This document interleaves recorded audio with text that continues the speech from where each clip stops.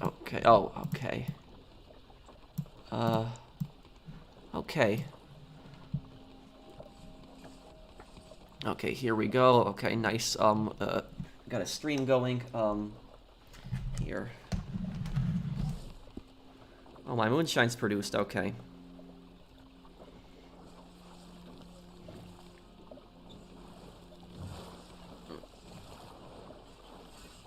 Okay, hello everyone. Can you guys tell me in the comments, did you guys get a notification for this stream? I got one.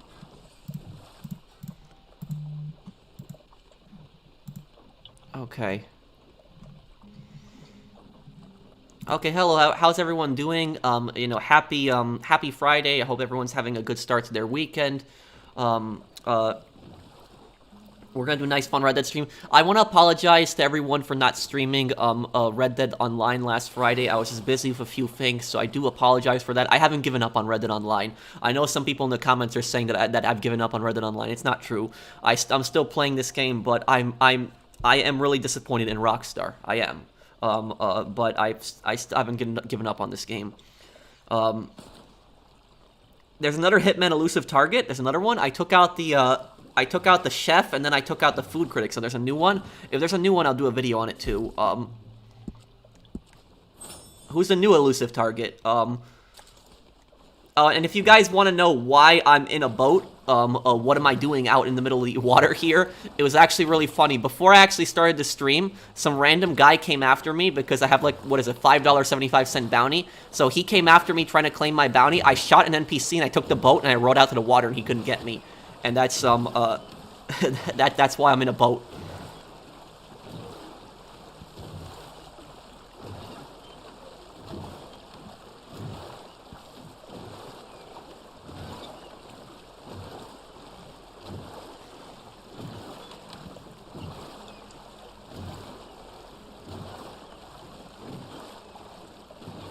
I know, people are saying there's a new elusive target in Hitman. Is there a new elusive target in Hitman?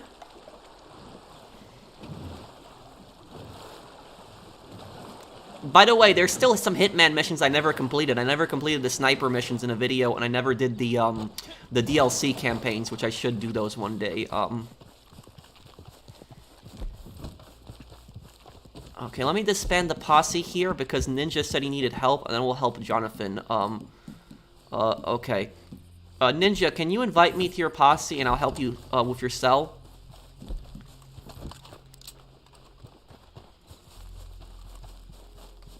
Oh, I did try out the new Telegram missions, Dutch. I didn't play all of them, but I did the snow one a lot. Hey, Pro, what's your favorite radio station, also song in San Andreas? My favorite radio station in San Andreas probably is Radio Los Santos or Radio X. I like both Radio Los Santos and Radio X. I like both of them. Radio Los Santos has some pretty good rap songs in it. I like them. And I like Radio X too. What was the my favorite song for Radio Los Santos? My favorite rap song in that game. It's the I wish I could have played it in San Andreas. Wait, what? Oh yeah, Ninja, can you invite Jonathan? He's Jan.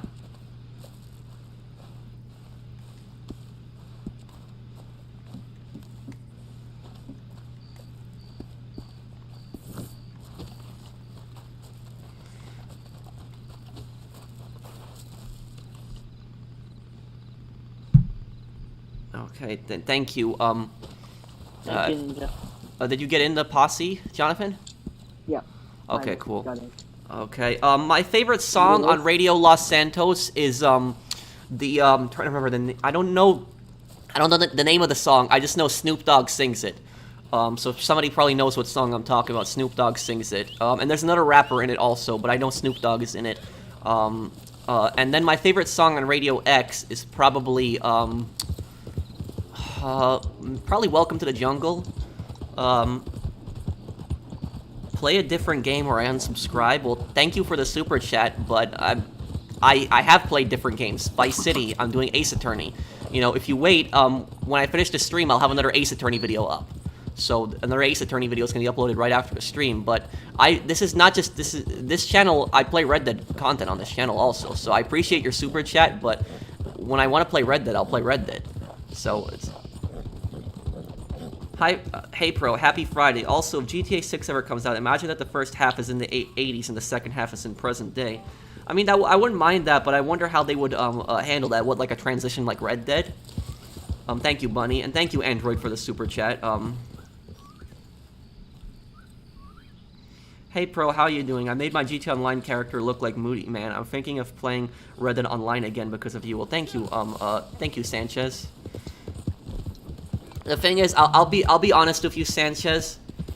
There really isn't much to do right now in Red Dead. I mean, if you've played all the DLCs, if you've done Naturalist, Moonshiner, and all that, there really isn't much to do. There are the Blood Money missions, but they're kind of recycled bag missions. But you know, I play Red Dead Online with friends. Like I play with my friends here, like Jonathan, Eugene, and Ninja, and Joe Juni, but it's like and Saucer and TJ and all my other friends, but it's just that the game is much funner when you play with friends. The point that I'm making. If I was to play this by myself, I would probably get kind of bored. So it's always funner playing with friends.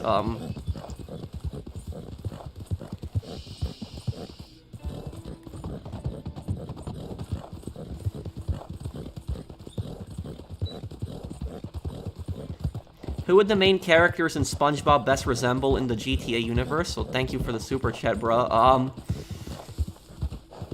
I don't know. I'd have to really think about that. I don't know. Like this is. I don't think. My mic has a little bit of a crackle. Huh. My mic sound okay? Yeah, it's fine. Okay.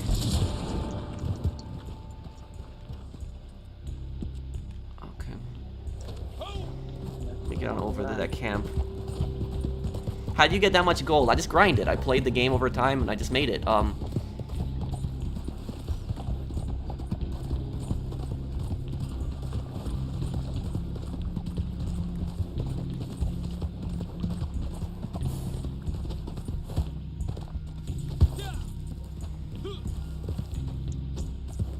Play the Sopranos Road to Respect. That's actually on my list of games to play. I'll play that game.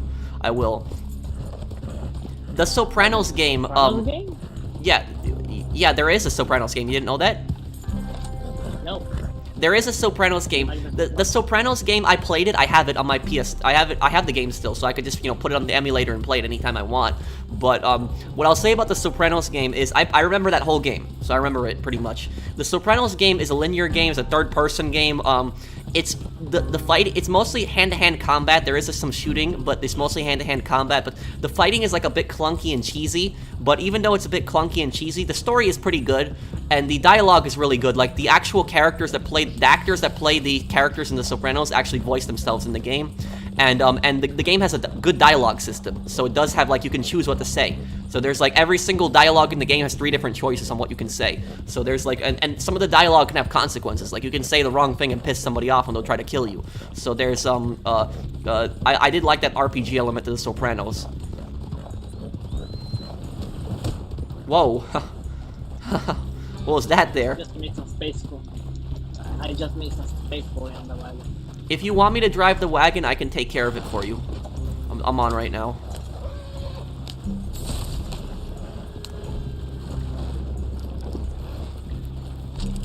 I'm gonna put explosive rounds in the gun just in case. I should probably get a bandolier like that on my character. I don't have an outfit like that with a bandolier. I should make one. Hello, Pro. How are you? My Servbot plush got here today. Can't wait for the next episode of Ace Chronicles. Oh, you have a Servbot plush. Those are probably pretty expensive, aren't they? Because there's not really much advertising for Mega Man Legends anymore.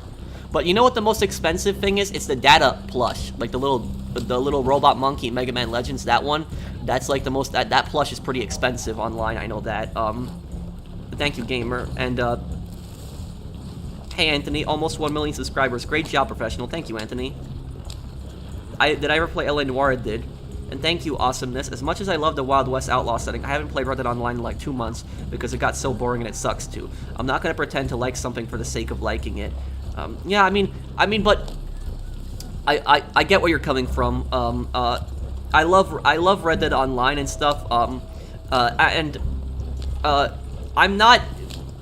I'm not liking the game for the sake of it, and I'm not saying you're saying that about me. But like I played the game because I still want to be able to play the game with my friends, have some fun here. I haven't played this game nearly as much as GTA Online, and it's I'm happy to address any criticism with this game. Like anything that's wrong with this game, I'll address it. If there's something that's stupid that's going on with this game, I will address it.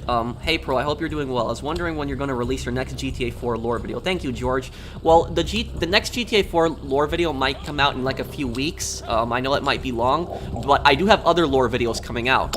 I have a bunch of Vice City stories and Vice City lore videos, and those are going to be coming out within the next early weeks. So it's there's going to be a bunch of videos. There's going to be like a video on Lance Vance, character analysis on him. There's going to be a video on what happened to Vic Vance after Vice City. There's going to be a video on how how Sonny Forelli betrayed Tommy in 1971. So I have like a bunch of like lore videos on that coming out, and then I have like lore videos on GTA 4, like the Playboy video. I know I've been talking about that for months, and I apologize, but there's just so many other projects that I'm doing, and like over time I'm releasing them. So there will be lore videos on GTA 4 also. But GTA 4 probably will have the most amount of lore videos because there's just so much lore in that story. And the fact that I can make so many lore videos on GTA 4 shows just how good the story was in GTA 4. And the thing is, if I really think about it, there really isn't many lore videos I can make on GTA 5. Where in GTA 4, there were so many complex characters and everything and things that happened in the story that I could just talk about. Hey Patrick, happy Friday. Are you going to watch The Many Saints of Newark this weekend? Also, are you going to the theater or watching on HBO Max? I probably will go to the theater. I'll probably do that. Or I can watch it on HBO Max, right? You're right on that. But I'll probably go to the theater. I haven't been to the theater in like 2 years, maybe 3 years. The last time I was at the movie theater, I saw Midway. That was the last movie I ever saw. GTA San Andreas has some awesome music. KDST is my favorite station in the game, closely followed by SFUR. I'm loving the Vice City videos. Thank you, Mark. And by the way, you're killing it with the memes on your recent videos. Thank you, bro. You're talking about the Red Dead one, right? the Rockstar one. Yeah, Capitale. You saw that one, Jonathan, with the Gordon Ramsay one. Yeah. Yeah, that was the one that I really liked that one. I guess for a second when the train was coming, I'm on the bridge. I haven't played any of the new DLCs in Red Dead Online except for Moonshiners. I was going to make my female character look like Charlotte Balfour. Did you know there is a Sopranos movie coming out? Yeah, The Many Saints of Newark. It's out. Today's the first day it's out, I believe. Can't wait for the House of Ashes. Thank you, a gamer, and thank you, Sanchez. House of Ashes is the game that I'm going to be playing. I will be playing House of Ashes. I will be playing that in October. That's a horror game, and it's the sequel to the game Little Hope. Remember that game I played, Dark Pictures Little Hope? House of Ashes is the next game, but it's a different horror story. And it takes place in like the 2003 invasion of Iraq, and it takes place where you play as like US Special Forces, and the story is like you fall into some like hole, and it's like some underground ancient Sumerian ruin, and there's like this monster that's chasing you through the ruins and stuff, and so I'm gonna be playing that. Wait, what? There's no train. Oh, okay. What's your favorite Fast and Furious? Mine's is Hobbs and Shaw. My favorite Fast and Furious has to be the one where I'm trying to remember the characters. Brian and Brian, and then what was his friend's name? Dom, I think. No, not Dom. I think it was in Miami. I think it was in Miami. The movie was Brian. Dom wasn't in the movie, so it was just Brian was in the movie, and it was like they were working for some like cartel guy or something like that, and then he like wanted them to get an envelope, and then there was like a scene in the movie where they like went to the warehouse and they confused the police, and like all these different cars come out of the warehouse. Too Fast, Too Furious. Okay, that's the one. Yeah, that one was my favorite one.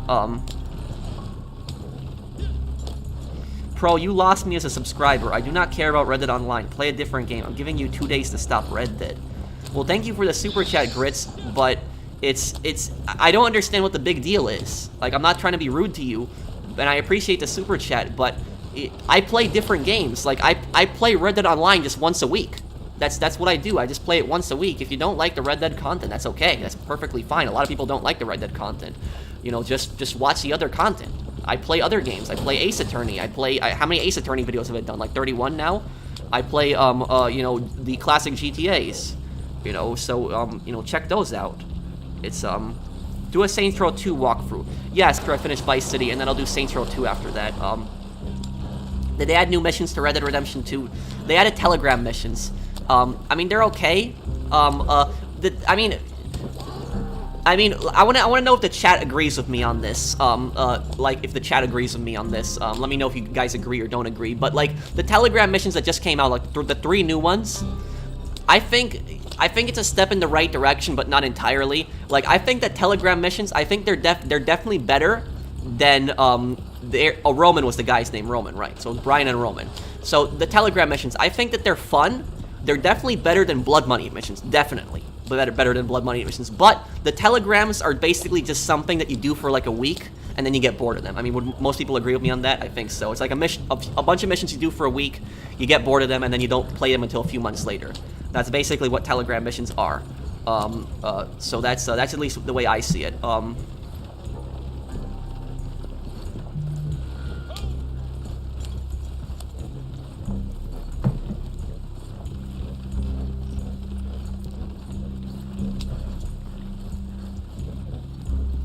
Yeah, I almost have 1 million subscribers. I want to thank everyone for your support. I didn't think that I didn't think that I'd ever get to this point. Lance is like in GTA Vice City games, it's like Maria in GTA 3 and Liberty City Stories, yeah. But Maria was also in San Andreas, remember that. But that was before she got on drugs.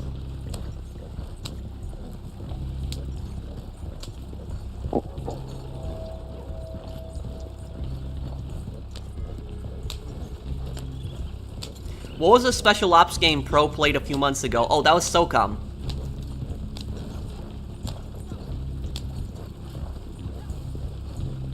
I only played the demo of SOCOM maybe 7. It was good. But... Which SOCOM? And SOCOM 4. Maybe 7. SOCOM 4? I played the demo. Yeah, it was either 4 or maybe 7. I think it's the same game. Well, I mean, SOCOM 4 wasn't a really terrible game, but SOCOM, the old SOCOM games were much better. If you ever get around that you played in the old SOCOM games, especially if you played them on an emulator, because the games look better, the old SOCOM games are just, I think most people can agree, they're just much, they're much better. The SOCOM 4 was like mostly action-packed, where the old SOCOM games were focused on a lot on stealth. Thank you, Eclipse, for the super chat.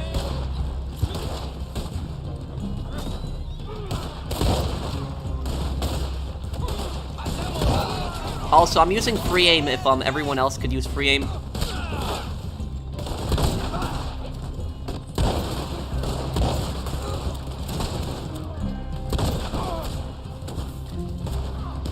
I mean, if you guys don't want to use free aim, you don't have to, but I always like using free aim myself.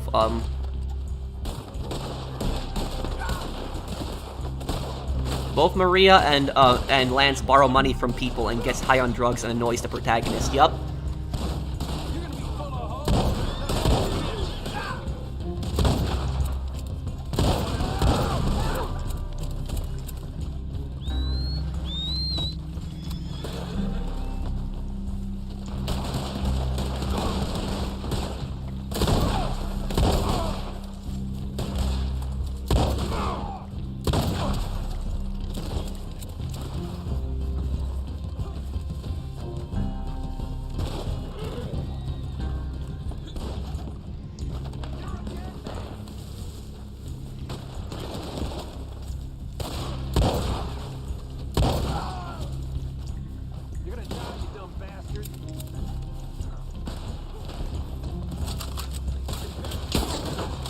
Oh, I still have explosive rounds in the gun.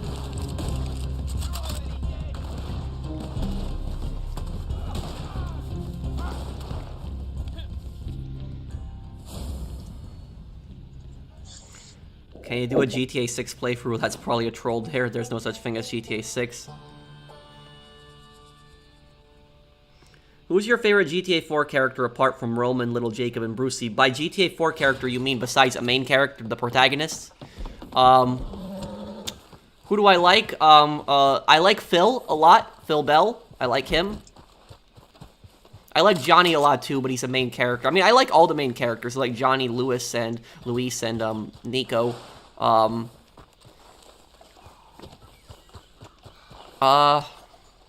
Okay, posse is open.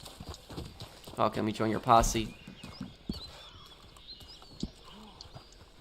I mean, GTA 4 didn't really have any bad characters if you think about it. It really didn't. And by bad characters, I mean characters that are poorly written. Like, characters that kind of suck.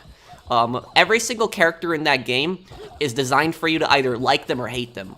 That's the way the characters are made for you, specifically. And, like, the fact that so many players hate Dimitri and just, like, really hate him as a character, it shows you how well Rockstar did designing him as an antagonist.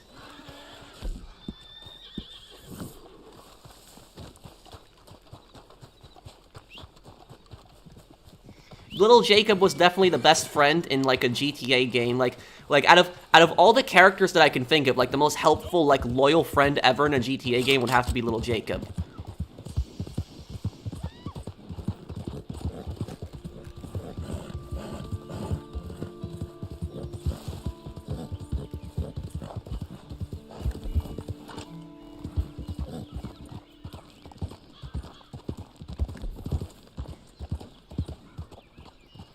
I always wondered what happened to Phil afterwards. Phil probably knowing Phil, he probably skipped town. Phil probably went to Vice City or something. That's probably where you'll see him next time, if anything. If they ever do one there. Is your posse full? Oh wait, you have one more spot. Can you invite Eugene? Yeah, I just invited. Yeah. I think you have too many persistent members. Oh wait, there's Eugene. Okay. No, he just joined. I was in the middle. Game ranks thinks GTA 4 is the most underrated GTA. No, I wouldn't say that. I would say that Vice City Stories is the most underrated GTA. Definitely more people played GTA 4 than Vice City Stories. But I agree that GTA 4 is a very underrated game. Have you ever considered playing the Metro series? Yeah, I played them before. I played Metro 2033 and I played Metro Last Light. I didn't play them on the channel, but I did play those games. Whenever I played the Metro games, I always played them when the characters would speak Russian, and then you would have subtitles. That's the way I always played the games. I did understand a lot of the words that they were saying, like in the Metro games. Because I speak Polish as well. A lot of the words are similar, but I still needed subtitles to fully understand everything. A lot of sentences I don't understand. Okay, Joe Juni.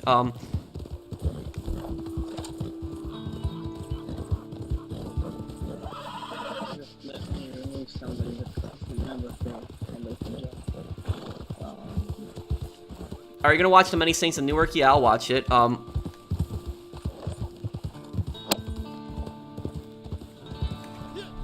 This is the first time I'm doing a super chat, but honestly, you deserve it. But I want to ask, will you be doing a playthrough of the Infamous games? Well, thank you, Bell Stat.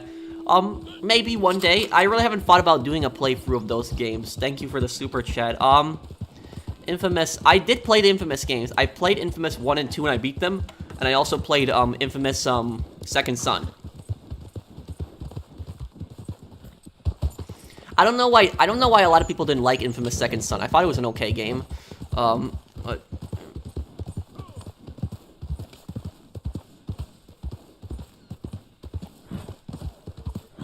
okay, let me see. Don't sell yet. Okay, let me just get over to the camp. Are you gonna make a review for The Many Saints of Newark? If I get around to it, because I want to focus on the lore videos first.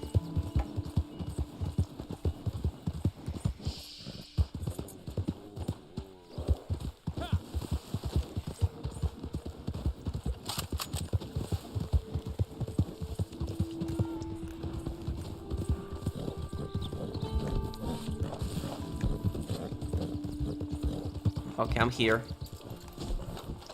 Days Gone was definitely a great game. I recently started replaying GTA 5 on a PS3. It's so great to hear the old Vladivostok FM and the deleted tracks from the old stations. Yeah, and that's the thing. That pissed me off so much about Rockstar. That Rockstar has never acknowledged GTA 4. Like, you guys noticed that? Rockstar, every year when the anniversary of GTA 4 comes up, Rockstar never acknowledges it. They pretend like the game doesn't exist. And not only that, but they took out the original Vladivostok music when they could have just renewed the licenses again. And the new Vladivostok songs, they're not as good as the old ones. The old ones were the best. Thank you, Mark. And thank you, Hellburn182. Hey, Pro, I know you take a break from GTA 5, but today I run into that destroy your car, and then I'm being on his... Look, just, thank you, Hell, for the super chat. But what I'm gonna say is, just, like, ignore people like that. Like, you know, don't even, like, you know, say their names, because it's just gonna give them attention. You know, people like that, all they're looking for is really attention.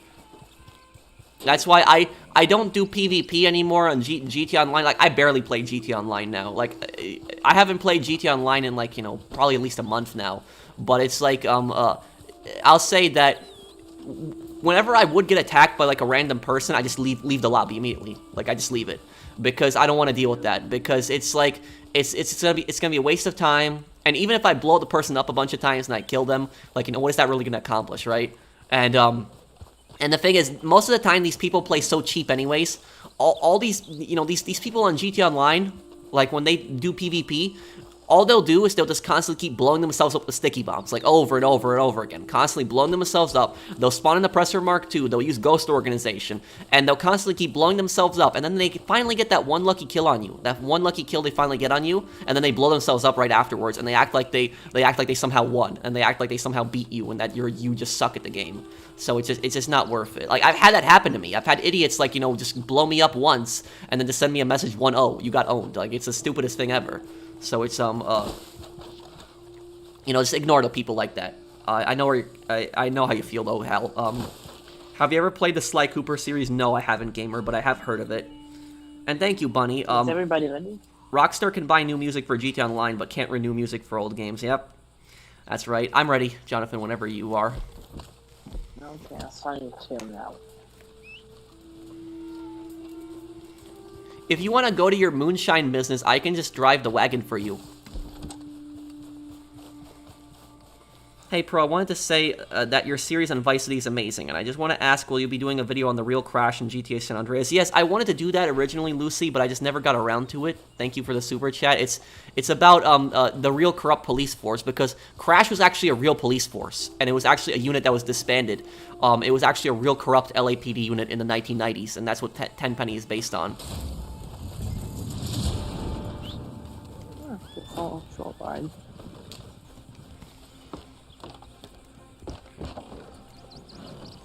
I can drive this for you. Okay, yeah. Where are we going? Armadillo? Let's look at the route here. Yeah. Okay, that's not a bad route. It's pretty easy. No, it's a short one.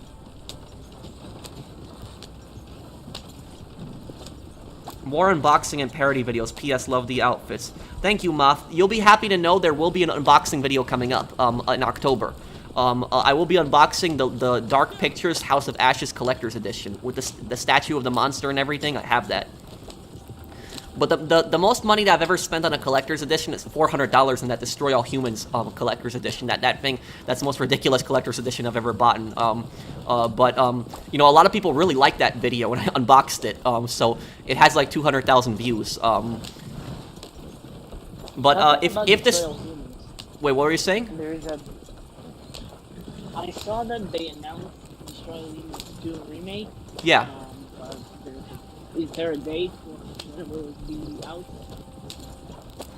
They didn't announce a release date. It's just it's probably gonna come out, you know, maybe holidays this year or possibly early next year.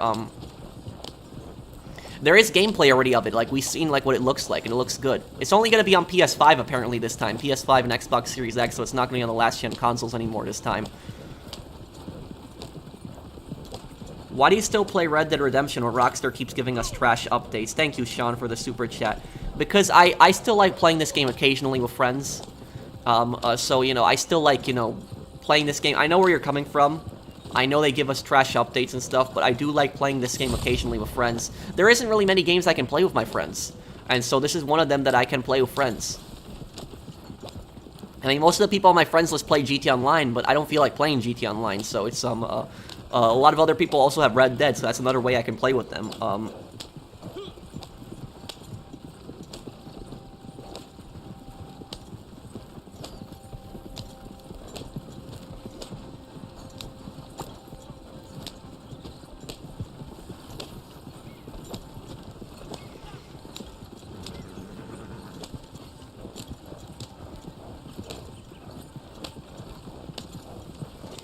Are you gonna play Dead Rising 2? Yeah, I could do that one day.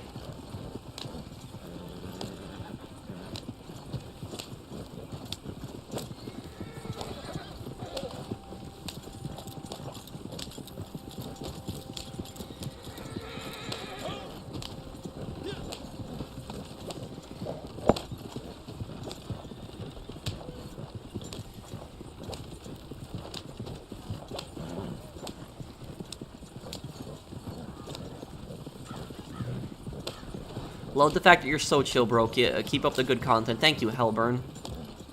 Thanks for the super chat, man. Have I played a Ghost Recon game? Yes, I played a lot of Ghost Recon Wildlands. I have a platinum in it. I played Breakpoint too, but I didn't like Breakpoint as much as Wildlands.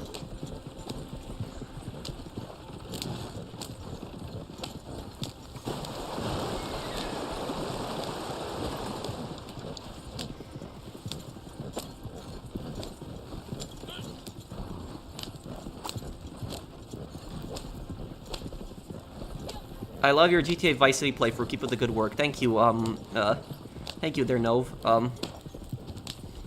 I will play Red Dead Redemption 1 one day, yes. We have full dead hands in 25 minutes. Wait, what'd you say? There's cold dead hands in 25 minutes. Okay, it's in 25 minutes. Okay. We'll play that. Here, let's sell your moonshine right after this, too. Okay.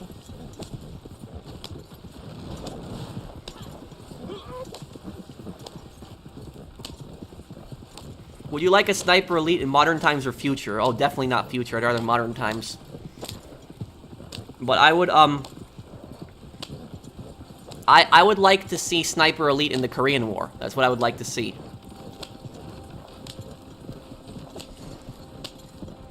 Because I think that World War II, that was an interesting setting that they did in the Sniper Elite games. But, for, like, you know, realistic, you know, physics and everything like that with bullet drop and wind. But I would like to see, like, you know, a different setting now. They did 4 World War II games already. So it's, you know, maybe they could do Korean War. They could still bring back a lot of the old Sniper Elite weapons and then bring in some new weapons. They could maybe have the SKS in Sniper Elite 5 if it's in the Korean War. And they could have the M14 also, which would have been an early prototype at the time. Do you have a favorite rock band? Mine's Nirvana. Thank you, awesomeness. Not really, no. I mean, I like a lot of Sabaton's music, but I don't, I wouldn't say that they're my favorite band. No, I haven't watched the Many Saints of Newark yet. I will.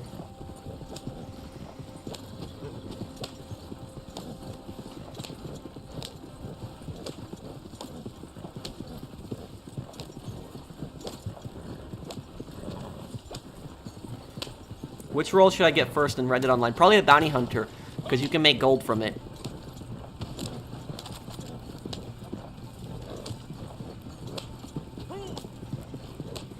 Do I prefer San Andreas or Saints Row 1 and 2? I mean, I prefer Saints Row 2. That's probably my favorite open world game, and probably my favorite game of all time. I think Saints Row 2 was even better than San Andreas. I know some people might say, what? How can you say that? Well, Saints Row 2 just had so much different things that you could do in that game. Like, there was just so many activities and stuff. Saints Row 2 was always my favorite crime game. That was just my favorite one that I liked the most. Vic Vance is the saddest GTA protagonist, meaning you feel bad that he gets dragged into crime even if he doesn't want, if he didn't want to. Yep.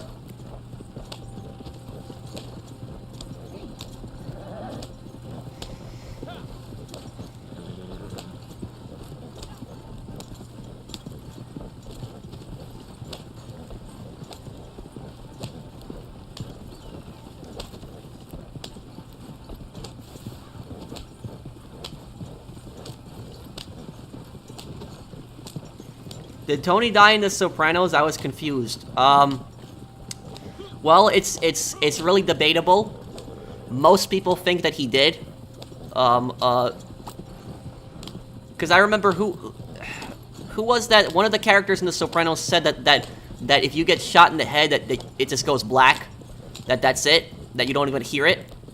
And so I'm trying to remember which character said that. I think it was the damn, I'm trying to remember which character said that. But you know, there's a lot of theories that Tony died. But you know what I always thought is, my personal theory was, I always thought that that Tony didn't die. That instead he was sorry for saying the a lot, but it's just my habit. I always thought that he was he was imagining that someone was coming to get him when there was nobody. It's just his paranoia getting to him. Because Tony was a pretty paranoid guy.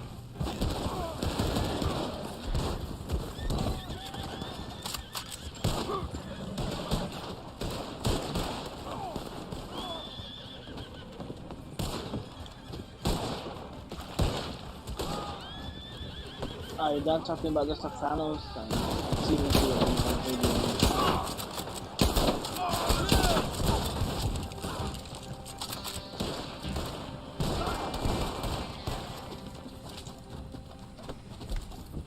What is my pass at right now? I should probably check.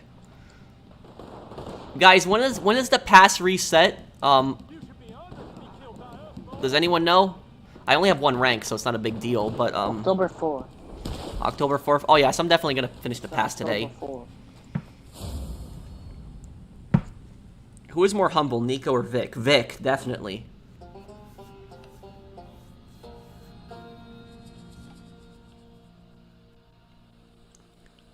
The Tony Cipriani line. I believe that he's the funniest GTA character. Tony Cipriani? Thing. I don't know if Cipriani, it's Tommy from Vice City. It's not Cipriani. Versetti, Tommy Versetti. Oh, Tommy Versetti. Yeah, Tommy Versetti is kind of funny. Some of his lines are funny, but I can't really think of them at the top of my head right now. But I do remember one of my favorite lines to what Vic says when Vic kills somebody, especially like a gangster. Vic will actually say, "This is a shortcut to hell." That's one of my favorite lines that Vic says in Vice City Stories.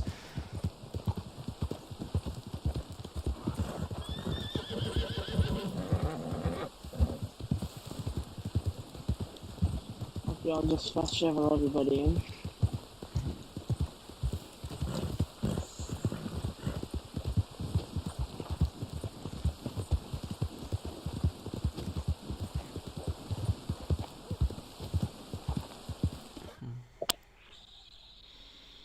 Do you think the next update in Reddit Online will get a heist? Well, Vader, I'm gonna tell you that I'm honestly not that excited for the next Reddit Online DLC because face it, what Rockstar did to this game, what they did to especially to like to Reddit Online, like with the Blood Money DLC, it was a disaster. And you know, literally, we've had three terrible updates in a row. Or actually, technically 4 if you think about it. You had Naturalist, which was, I guess, the best update out of all of them, out of the terrible updates. But it was still a pretty boring, bad update. Naturalist, Bounty Hunter expansion, Outlaw Pass 5 with no DLC, and then literally Blood Money. So it's like, after that streak of terrible updates, I don't have much faith in the game, to tell you the truth. Now, today's Friday, Mr. J. And I will have another part of Ace Attorney up. I know you've been watching the Ace Attorney videos, Mr. J, and I want to thank you for supporting my Ace Attorney content, and I'm happy that you enjoy it. Is everybody ready? I'm ready whenever.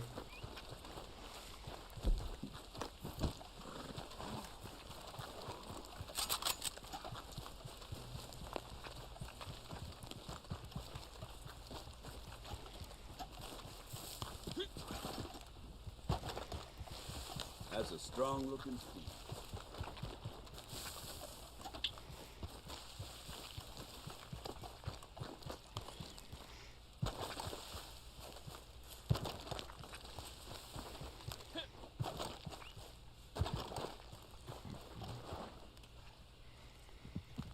I've never seen a person care so much about booze.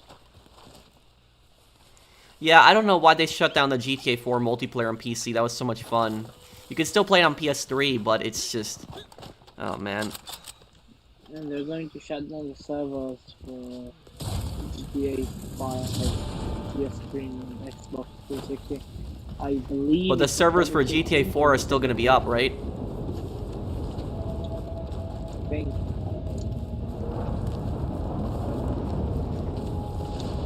Where's the wagon? Oh, look at That's a that good question. lightning.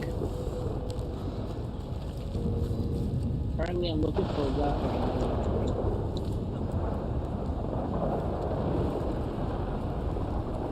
Yeah, I would love to. I would pay. You know, I'd even pay $60 for like a GTA. I know that'd be too much, but I'd even pay $60 for like a GTA 4 like remaster, like of just the old like GTA 4 on PS4 and PS5 like PC graphics.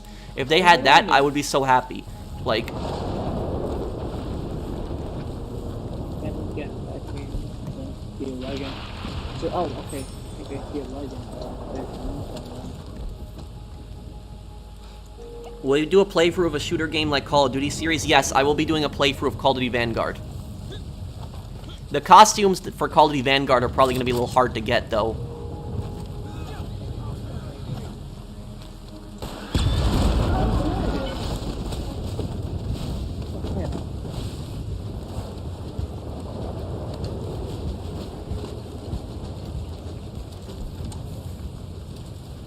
I think I just spend my app and then I haven't seen a wagon here. I think your thing is glitched. Yeah, I think that's it. Okay, so I'll suspend my app. I mean, In the meantime, just start up a download. let me ask people in the chat. Guys, if he closes his app right now, will he still get back his moonshine? Does anybody know in the comments? I think he will, but I'm just confirming.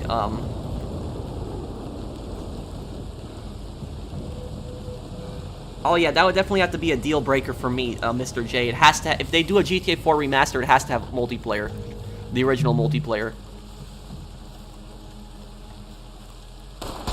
Yeah. I mean, close your app. I guess. Who's this?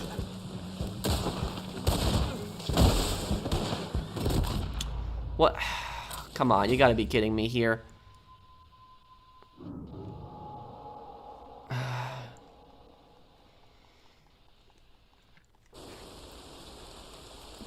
Close your app, Jan, because, I mean, Jonathan, there's not really much you can do. I mean, the thing's not spawning. I don't see anything really else you can do here. No.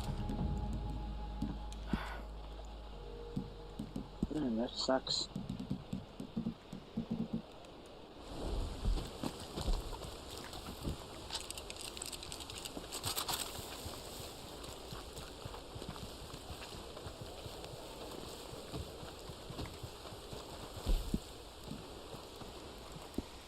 I don't know what these people's problem is. They're off radar? What do you mean, TJ? How?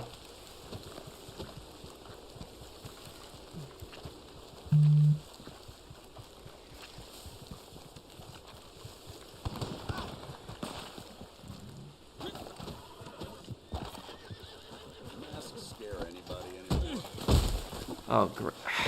Yep, I see it now. It's off radar. I don't know. I don't know how he's not on the radar like that. Like, why was he not on the radar? That's. Wait, are you dealing with some glitch? It looks like I mean it looks like somebody's cheating. Like I don't know like what's going on right now because I did not see the person on the radar. Like can somebody go back? Can somebody go back a few seconds and watch that clip? Was that guy that killed me on the radar? I'm pretty sure I wasn't mistaken. I'm pretty sure he wasn't on the radar when he killed me.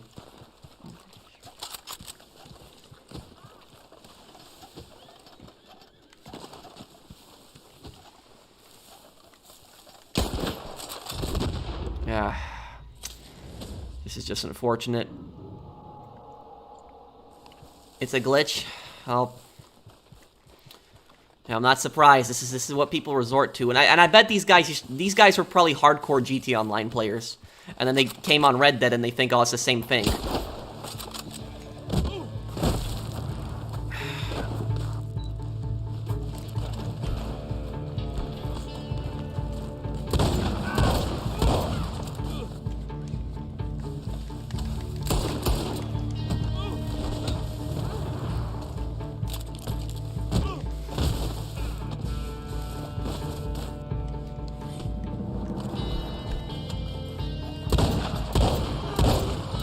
can't even lock on. What is this? Like, it's not even letting me lock on. Like, it let me lock on to the other guy, but this is just...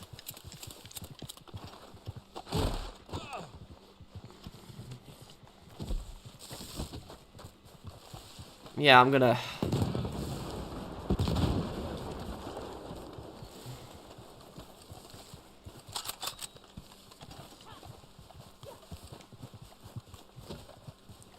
I can't even tell who's who right now.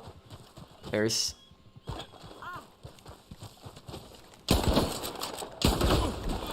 Yeah, I can't even lock on.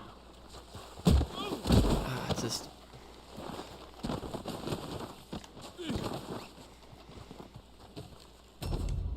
Oh, I accidentally hit give up then. I was trying to get out, but I hit the other button then. Okay.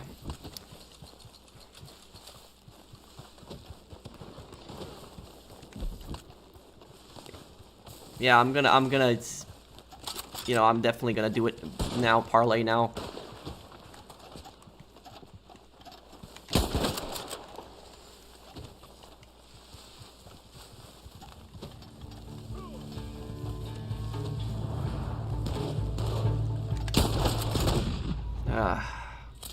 Parlaying him. This is just, what a... I've been enjoying your Vice City playthrough. I played and beat it on my first time earlier this year on my iPad. Keep up the good work, bro. Thank you, man. Thank you, Tricky Mario. It's actually, you know, Jonathan, this is gonna be very weird for me to say, but it's actually probably good that your moonshine glitched out, because these guys would have blown it up if we had been making a sale. They would have approached off the radar and just destroyed it. You hear me? Yes, I thought about that. Yeah. Yeah. If there's a way, report them, guys. Like, the guy that's off the radar, just report him. If there's, like, I'll tell you like, when I don't know why I can't lock on, to, like, to the guy,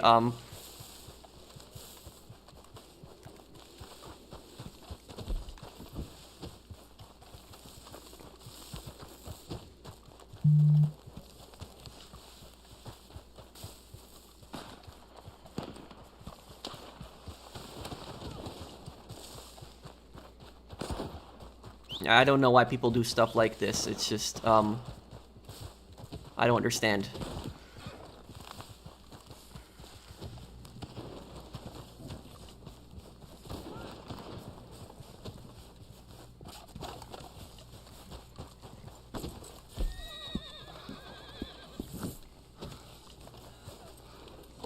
Jonathan, are you loaded back in? No, not yet. 90%. Check your moonshine business and invite us to a new lobby, please. When you're there. Okay.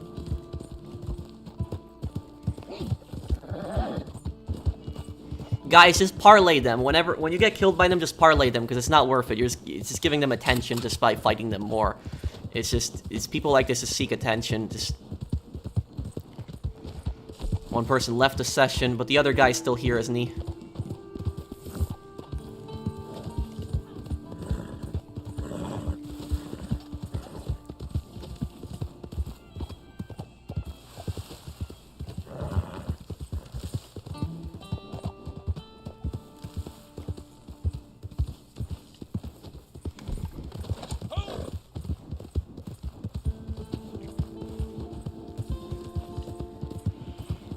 Yeah, just guys, if those people join back, just report them if they join back, because this off the radar, and I couldn't even lock on. Like, one of the guys, I could lock on to him, the other guy I couldn't lock on. Like, why was I not able to lock on? Does anybody know? I'm gonna have to check my settings. I'm pretty sure I don't have free aim on. I'm just gonna double check. But yeah, I have auto aim on. Why wasn't I not able to lock on to him? Why was I... I'm inviting you now.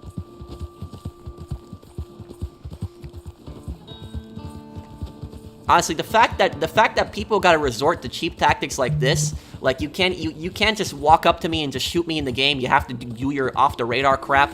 Like, honestly, like a coward. It's I'll tell you something.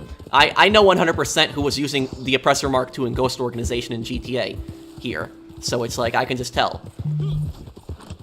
It's like people like No, this, they try to swear. I had 3 griefers today. One of them was 5 minutes apart, and another one now. it's so obvious those guys were Oh, really GTA big. players.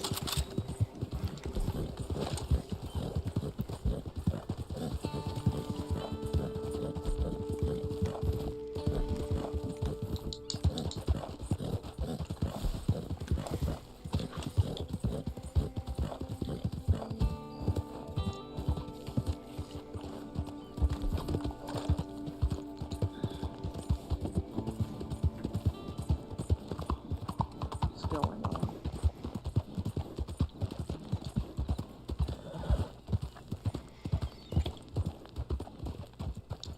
You Okay, can't lock I'm on the letting people who you are know. off the radar. Wonderful, then. What the? Okay, did you invite Jonathan? Yeah, I invite you to the What's so session. scary Okay, let me about join your you. face?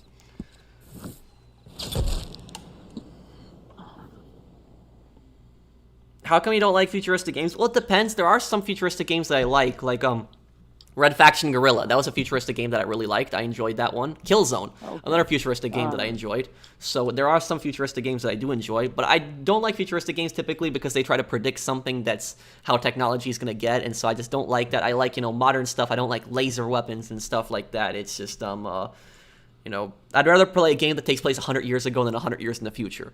So it's, When you join me, open your posse because Cold Dead ends in 3 minutes. in 3 minutes, I will just do Cold Dead Hands then. When's the next Ace Attorney video? The next Ace Attorney video is going to come out in exactly 1 hour. So the second that I finish this stream, it's going to be uploaded. It's already ready. It's like all I have to do is hit the upload. The next part is going to be like 2 hours, 2 hours and 50 minutes though. It was kind of long. But it was like there was no other point that I could really save at. It was like I was waiting until it gets to the to be continued part. But like the Ace Attorney is getting like really crazy. Like no spoilers here, but it's like it's getting really crazy. That game is so fun. Like the story is really well written.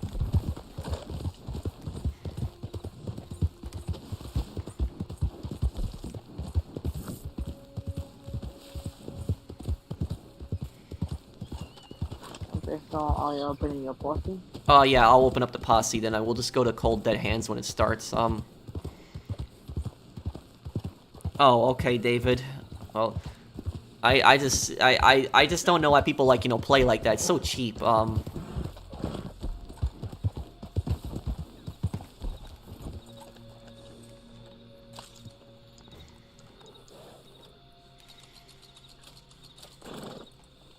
you like Fallout? Yeah, I like the Fallout games.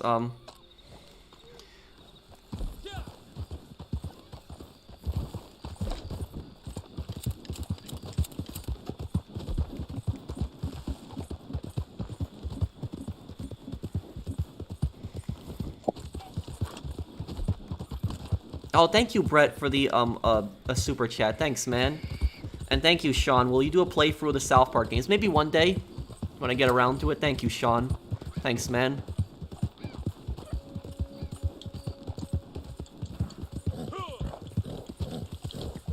Are they already here? Just parlay them, guys. Parlay them.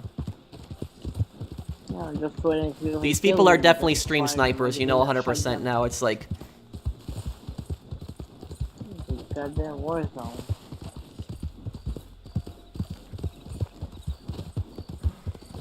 What about Fallout? That game is set in the future. Kind of and kind of not. Fallout does have some futuristic stuff to it, but a lot of the stuff is still real guns, and it's, and I know, I know I'm kind of being a hypocrite. It does have, like, power armor and stuff like that, and some robots, but it's, like, a little bit different. It's like For some reason I can't do.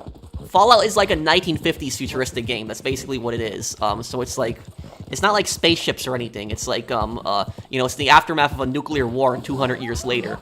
So it's, For some reason I can't parlay them. You can't parlay them? No. The reason you can't parlay them is because, yeah. The reason you can't parlay them is probably because they are, they're in a mission. That's how I deal with the idiot now. Like that. Is that what I just did to him, guys? I'm shooting him in the head and he just don't. He's using some gun on Twitch. Because I'm shooting him in the head with a shotgun, and just for some reason it doesn't count.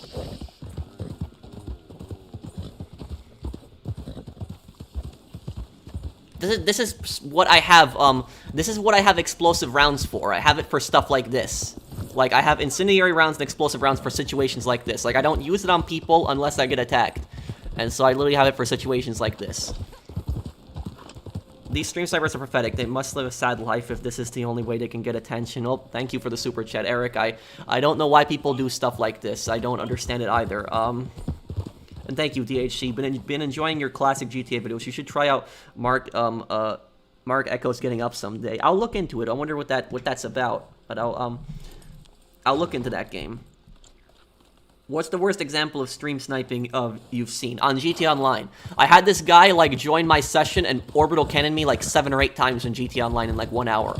That was, like, one of the worst examples of stream sniping that I've seen. Also, probably when people knocked me offline, that was also pretty bad, too. Thank you, Tricky Mario. Okay, call that into start. Yeah, I'm starting it up right now. Huh.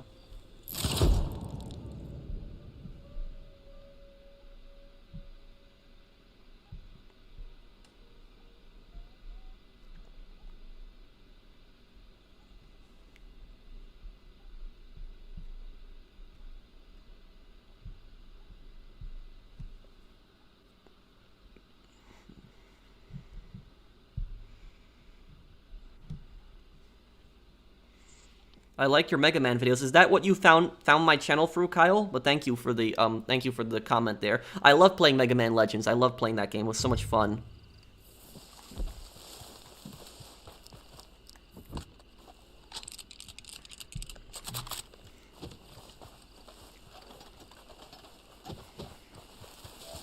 Oh, this map, I don't like this map, because every single time you die on this map, you spawn outside the fort. Which that's what I really don't like about this map.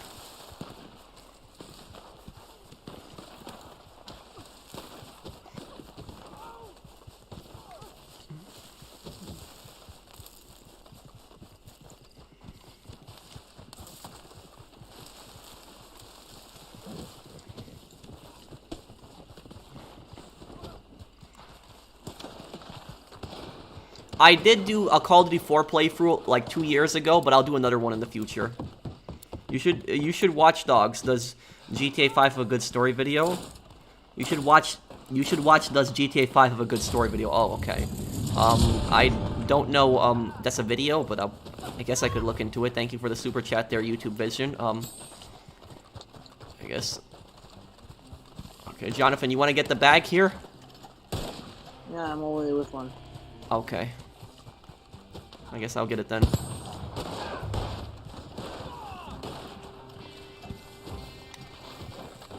Yeah, and then the thing is, the team that has the bag, all they need to do is get inside the fort, and it's easy.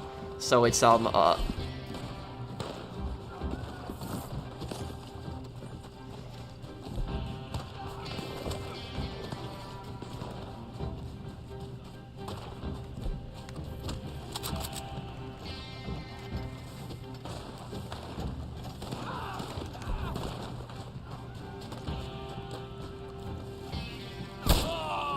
oh, damn.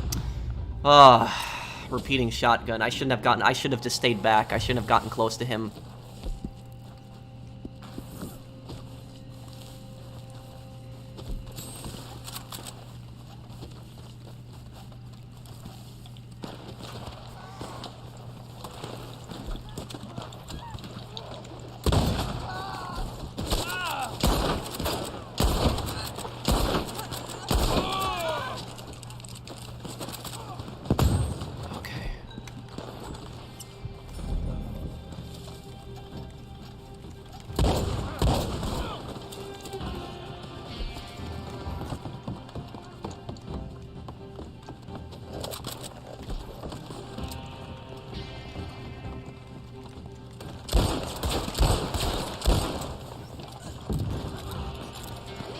Oh, that's... Ah, damn. Didn't mean to do that. Somebody throwing dynamite.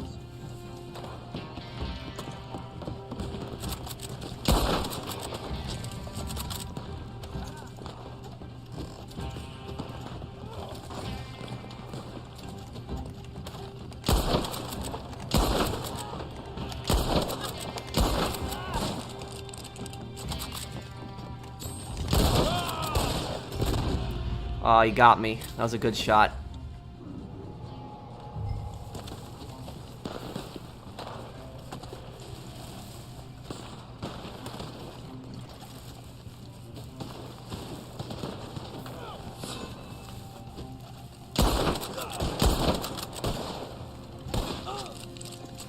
Good shooting there.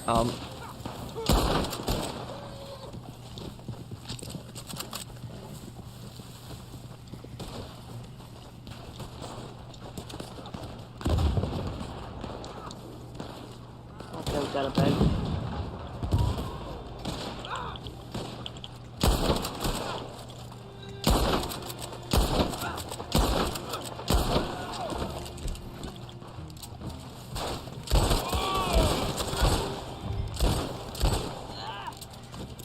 Okay, ooh.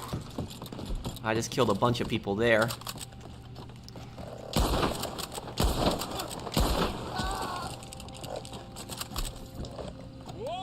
Oh no, come on.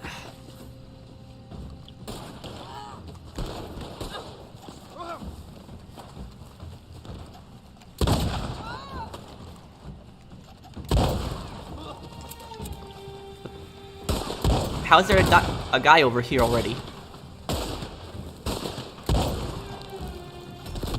Ah.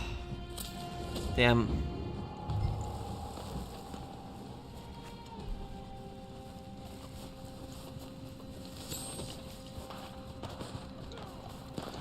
Do I have chat mode? What do you mean, man? I've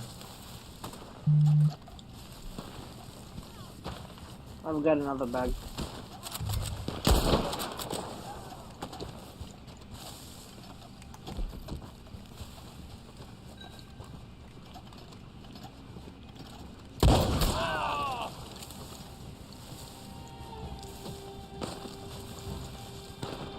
What is the blue currency called? I think those are just tokens. You know, they mostly buy cosmetics, which I really haven't bought a lot of.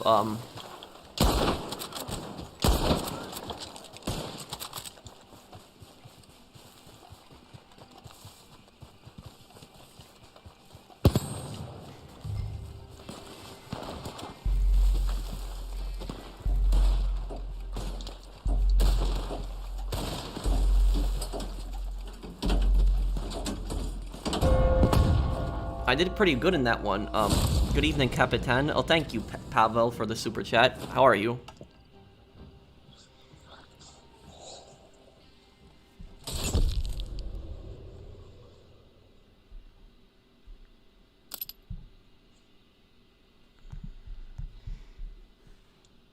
Nice, 252 pounds.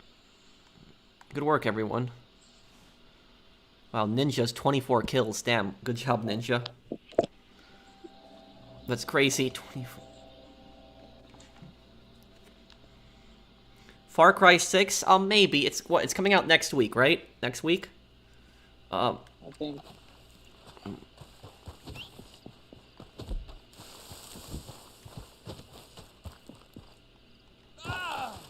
Okay, why is my character's back like smoking? What's going on? Okay. Man, this game is glitchy at times. Yeah, I heard about the Sopranos movies. Do I play only with fans? No. I'll play with anyone. The only thing I ask is don't grief and I'll play with you. I don't know what's going on with my character's back. I'm literally on smoking right now. I'm behind you, not smoking. On my screen I am.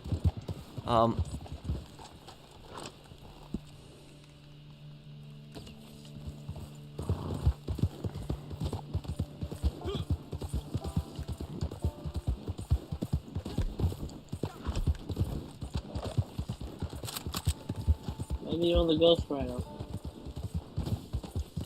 Wait, what? Maybe you're the Ghost Rider. A Ghost Rider, you said? Yeah. Maybe.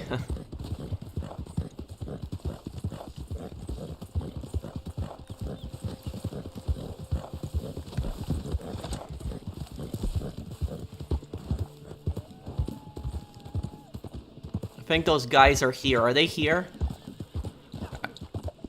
I think I see them in the players.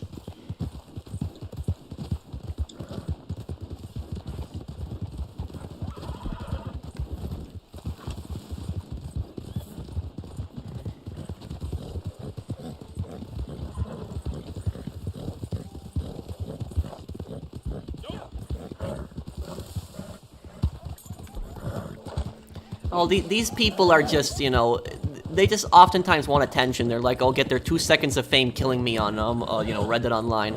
You know, they can't kill me on GT Online because I don't play GT Online really anymore, and so they follow me on this game now.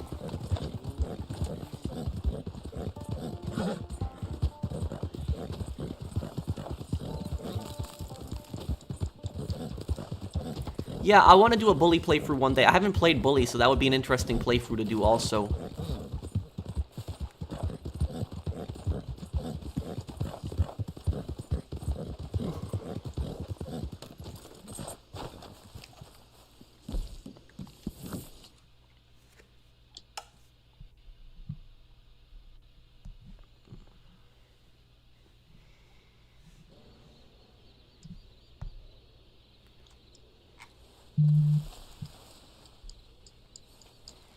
Yes, I will. I'll invite him also.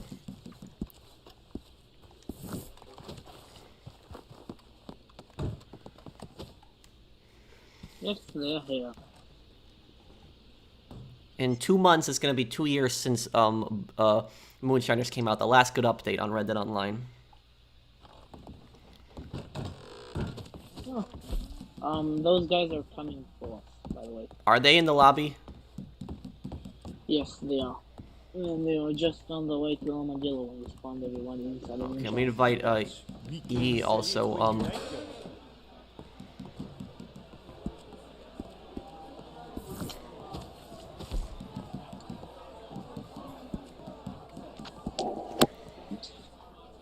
Candy's eaten. Oh, most of these are pretty easy. My, it is rare to find anyone worth a damn these days. Nice to see an exception. Not good to eat that much sugar, but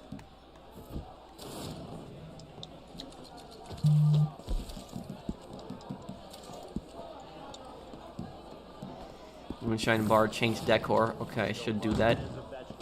To change a photo, you don't have to change the entire decor if you don't want to. Wait, what? You can change just the photo if you don't want to change the decor.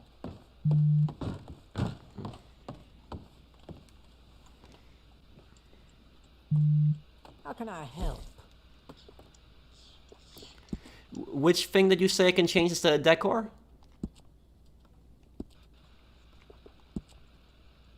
Jonathan? Hello? Yes. I didn't hear you completely. You said I can change something else besides decor? Yeah, I said you can change a photo. The photo. Oh, the photo. That will work? Yeah.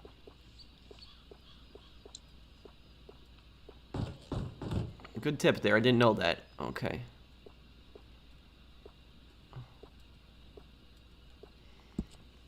Good choice.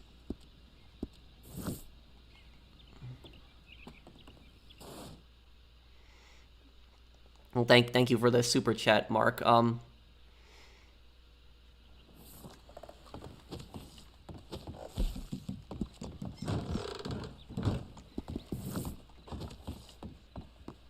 Have you heard Pavel say, have you ever tried shooting the missiles and the people on the flying bikes? Great sport here in America. Yeah, he's making fun of the Oppressor Mark II's, Mario.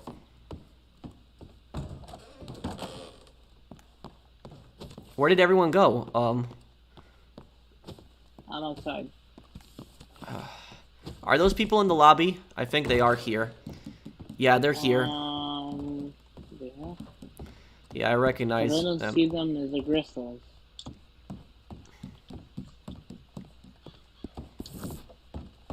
Yeah, they're here.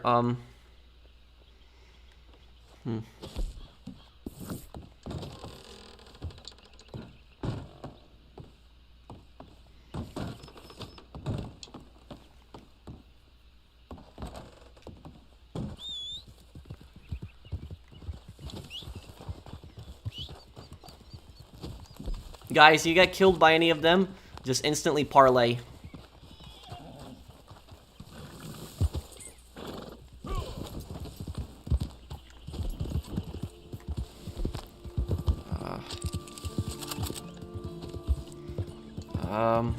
Trying to think what to do right now. Well, I'm going to get out of the process for a second, check on my moonshine. So you can finish what? I'm going to check on my moonshine for a second. I'm Oh, losing okay. a posse. And if you want, just find a new session if you can after you check that and just invite us to it. Okay. Too many persistent members right now? Hang on. Okay, let me remove someone. Okay, I'm sorry. He should be able to join right now.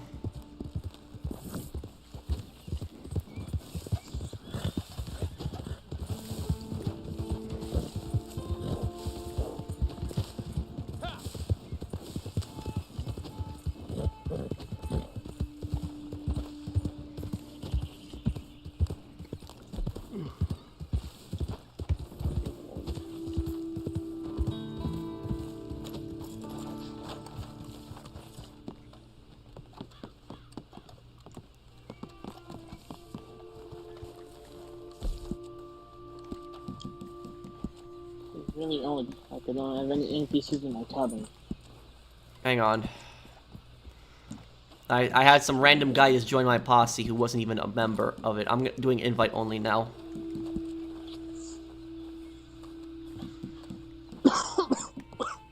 They think that I'm gonna forget about persistent. No, they're getting kicked from here.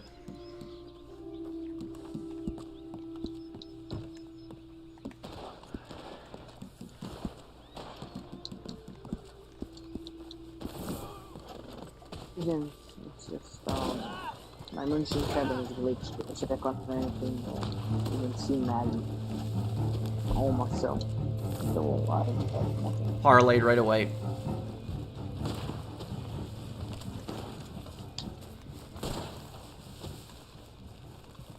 That's what's good about the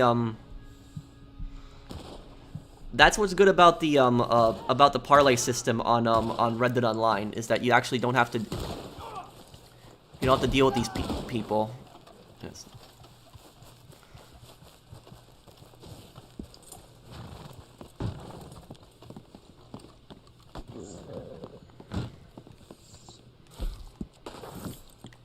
Okay. Parlayed him too.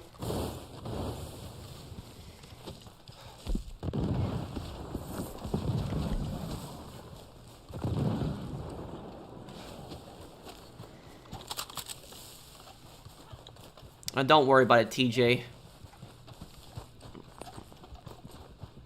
I know this is annoying what these guys are doing, but still, even with these idiots being annoying like this, just joining and trying to harass, this is still nowhere near as bad as like GT Online. Like GT Online had the worst. Like that was the worst when they would follow you like session to session, orbital cannon you. This is nowhere near as bad, even with the off the radar crap that they're doing.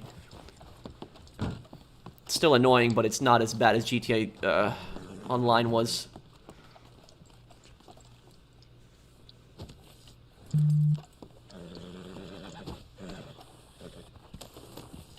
Wait, what do you mean, Joe Junie? You said she's joining them.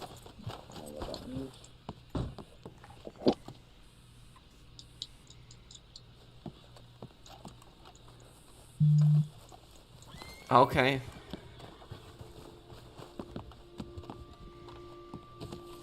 Jan, did you get your moonshine back? It won't let me check. I think there's a glitch in the cabin. Try restarting your game then if it does that. If you can't even look into it, Okay. Find another session.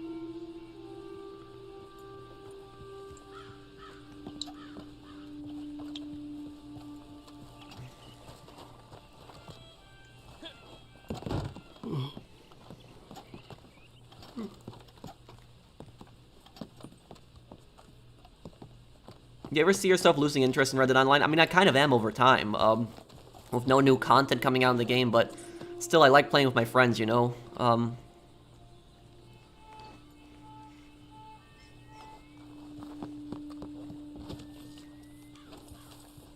Just waiting for Jan to, get back on the game. We'll probably help him with his moonshine here.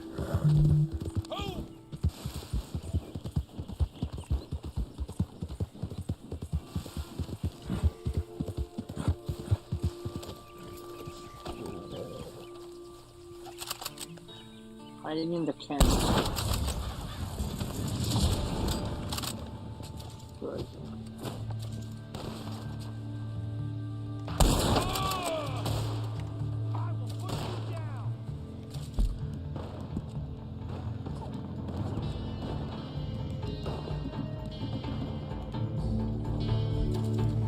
Pro, how do you have good patience? I worked in retail for 6 years. My job was to deal with patience.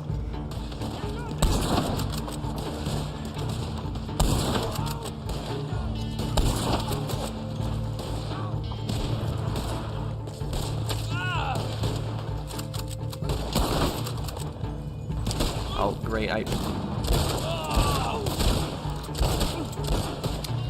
hate it when they're on the horse like that. They move up and they shoot you, move up and shoot you. It's...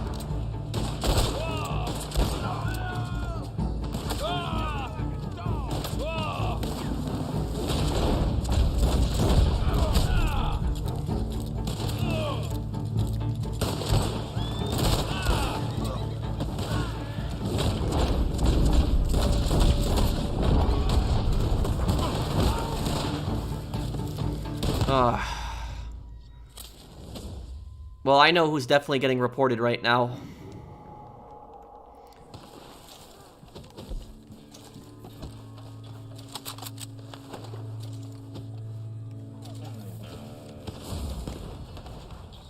This is unfortunate, and you can't. The fact that you can't even see them on the radar when they do stuff like that. Yay, 50% glitch. Closing my app. It's this person, right? This prince guy here? Yeah, Harley says here. Report. This person's off the radar, right? Let me go back and rewatch that clip.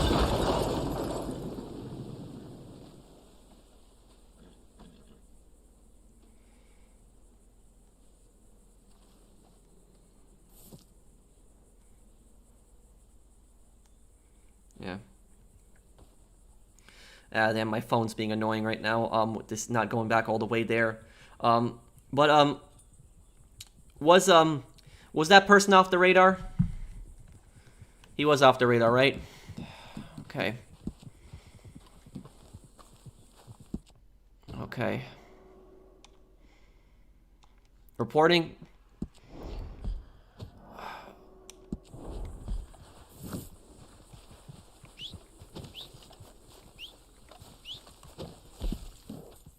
Just whenever they join back, guys, just report. Report for cheating. Whenever he joins back. Everyone do it.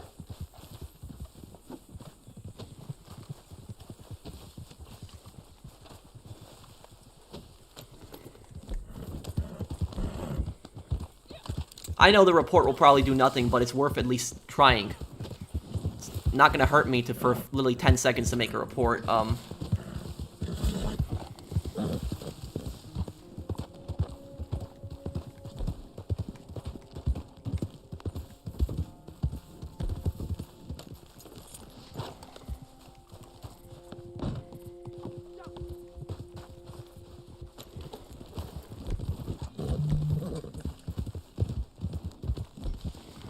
Yeah, they are, Joe Juni. I mean, you honestly expect people like this to fight fair? They're not, and if they do fight fair, they're gonna get destroyed. So it's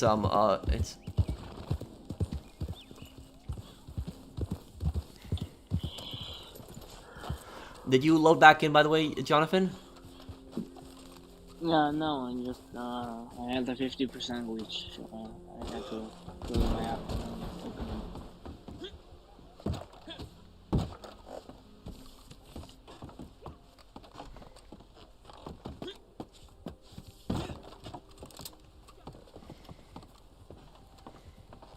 Okay, Have you ever played 007 Nightfire? If yes, would you do a walkthrough on it? No, I haven't played that one, but I have played From Russia with Love. Make sure you check out my From Russia with Love playthrough, because you might really enjoy that one. Thank you for the super chat there, Gina. Thank you.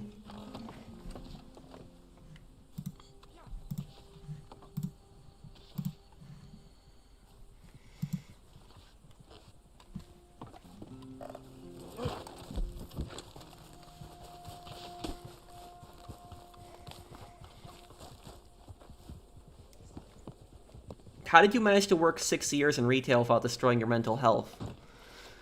I mean, my mental health in a way got hurt. I wouldn't say that it got destroyed, but it did get hurt in a way, just working in that environment. But the thing is, I did learn some lessons in that environment. I learned about how scummy some people can be.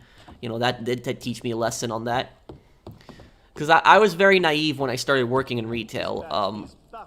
Because I never imagined in my life that somebody would, I never imagined in my life that somebody could basically just cause a giant scene and just freak out and start cursing over just a few dollar coupons. So, like, I never thought that somebody could make such a big deal out of something so small, but boy was I wrong when I started working in retail. We wish to make a good impression. These customers have shown they have some good taste. Their palate is simple, of course, but given their lack of culture, I have to admit that they have chosen well. These jugs will arrive quickly and in one piece. Yes? I'm actually enjoying hearing you explain things in your recent Vice City playthrough. Thank you, Fictional. Thank you, man. Pro, what advice would you give for somebody wanting to develop patience? They have to be willing to want to develop patience. That's the thing about it. Saucer, you might want to have explosive rounds ready just in case. I'm going to close my app just in case something goes bad here, but...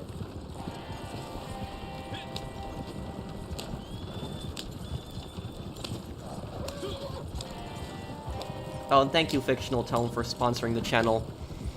But the person needs to want to develop patience. That's the thing about it. They want to be able to develop it. Because a lot of people that are impatient, especially people that are narcissistic, are never really going to develop patience.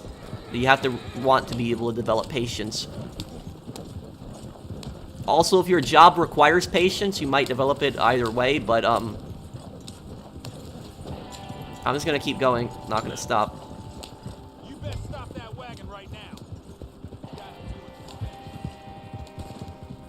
I never knew this stuff about the Colonel. Well, thank you, Fictional Tome.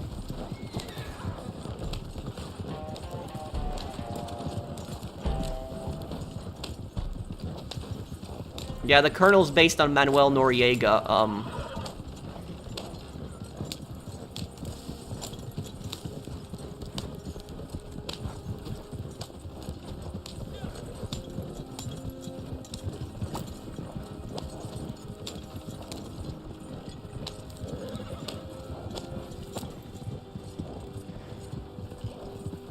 But honestly, you know, the people that don't have patience, I don't have patience for the people that don't have patience, if you know what that means.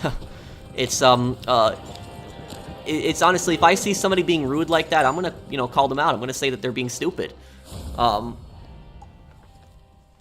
had it happen where I've seen it where inside stores where people get really impatient and start causing a scene inside a store, not even when I'm working. Have you ever heard of Pokemon? If so, you're looking forward to the new Pokemon game, which is Brilliant Diamond and Shining Pearl. Well, thank you for the super chat there, Phoenix. I don't have a Switch, unfortunately. I think it's just on the Switch. But your name is Phoenix, right? Did you watch my Ace Attorney playthrough? I'm doing it right now. You might really like that. Well, then you're not patient. Not really. If you're standing up for somebody that's being, you know, somebody's being rude to somebody else, you know, that's not really, doesn't mean that you have patience. I mean, sometimes not having patience for, like, you know, people's, like, negative attitudes, that could be a good thing. Do you think that it sucks that Rockstar have to cut certain songs from the radio and re-releases of older GTA games due to expired licensing deals? Yep, it does, Turkey Mario. Sorry that these losers are annoying you, Pro. I sure wouldn't have the patience to deal with this. Yeah, it's like I've dealt with some really nasty customers in retail, so I'm used to, like, people, you know, cursing me out and being nasty to me. And even if it's on a game, you know, I'm just used to this type of stuff. Can you tell us where you worked? I worked in a retail store, a very common one in America. I'm not really gonna say the name, but I did work in a common store in America. And thank you, Mark Allen, for the super chat.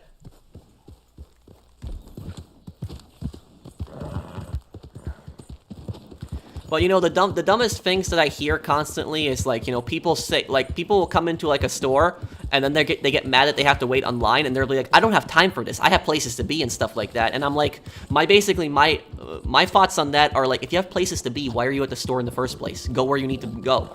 Don't be here at the store. It's like, that's just it. If you're not willing to take some time out of your day to do some shopping, then don't tell me that you have places to be. That's just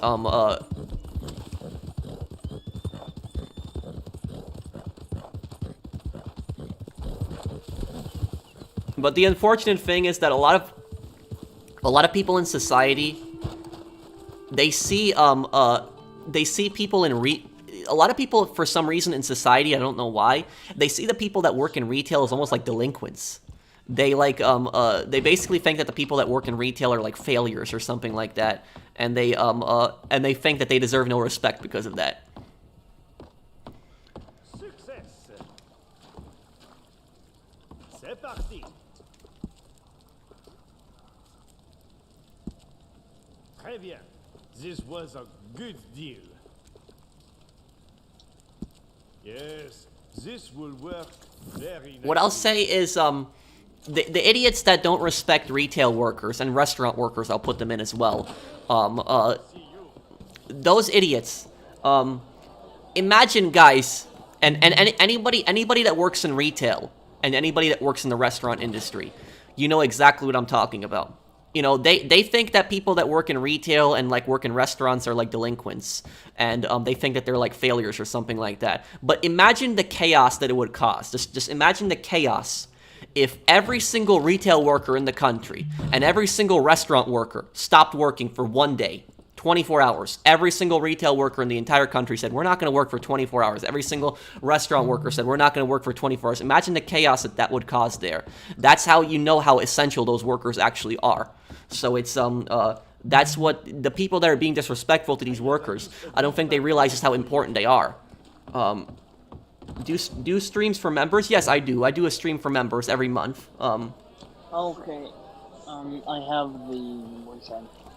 Oh, you do? Okay. I'll invite you to the process. Okay.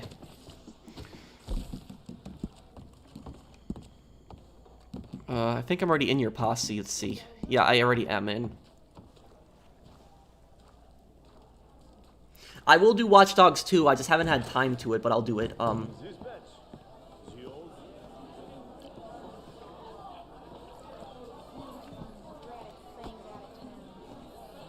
But look at, I mean, what the pandemic showed just how important retail workers were and how important restaurant workers were. The pandemic did really show that. And the thing is, though, a lot of these people that, like, work in offices and stuff like that and, you know, make six-figure salaries, these people, you know, these people were told to stay home when the pandemic was in its worst stages. And yet a lot of the workers that worked in stores and stuff like that, they were on the front lines. They were working during that time. You know, coming in contact with a lot of people, they could get sick. And some have gotten sick. So it's you know, you see just how essential these workers are. But yet, for some reason, you have all these, like, you know, idiots that treat retail workers like they're delinquents or something like that. And why don't players like to join posse invites? I don't know. I don't know. I guess they don't know what you're going to do in the posse. Thank you, Bloody, for the super chat there. And also, Jan, I would be ready to just close your app in case something goes bad if those people join back. Okay. Is everybody here? Just give me.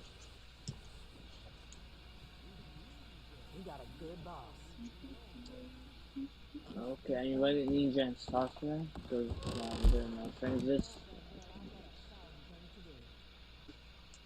I'm really impressed by the patience with money in games. I would have already spent it on cars. No, thank you, Axel. Pro, does Tommy Vercetti have patience? To an extent. He puts up with Lance's nonsense. Hey,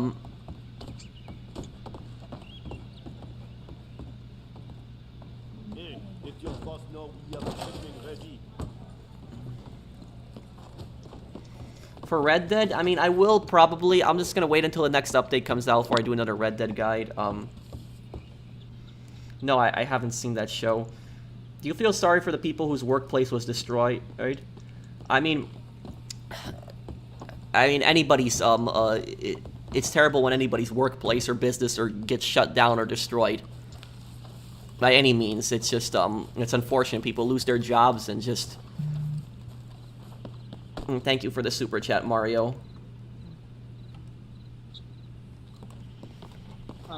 Should I wait for June and Eugene? Yeah, I mean they can join. You want to? Are they? Wait, who's outside, Saucer?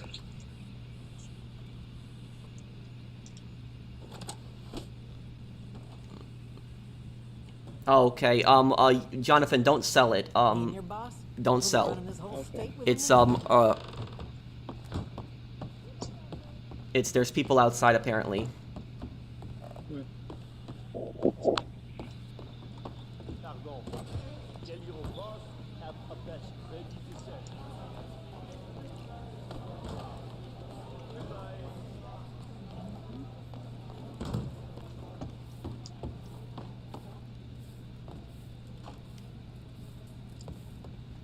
But has anybody heard about the Great Resignation?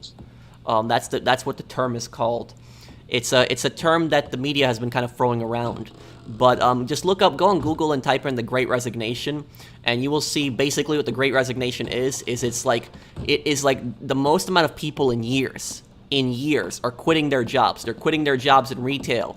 They're quitting their jobs in the restaurant industry. And what happens is large corporations, even large corporations, are struggling to find workers. There's plenty of spots open, but they're struggling to find workers. And the reason for this Great Resignation, the reason that people are quitting is because they're sick of these jobs. They're tired of working these long hours, making a little bit above minimum wage. It's just not worth it to people. That's why people are quitting these jobs. They don't see these jobs as worth it. And so that's why people are working online now. You know, they're doing the stock market. They're doing new things. They're looking for better paying jobs. They're not going to go back to these retail stores and these restaurants to basically treat them like crap. That's not gonna they're not gonna go back to that. And so whenever I watch on the media, I see like the media interviewing like these executives and these corporation people and all these people, and they're complaining. They're complaining, saying we can't find enough workers for this holiday season and all this stuff. We can't find enough workers for this and that. Restaurants are complaining about all that other stuff, and large corporations are complaining about this. But they're complaining that they can't find workers, almost like they're the victim. It's like when the workers have quit on their own accord because they're sick of how these companies are treating them.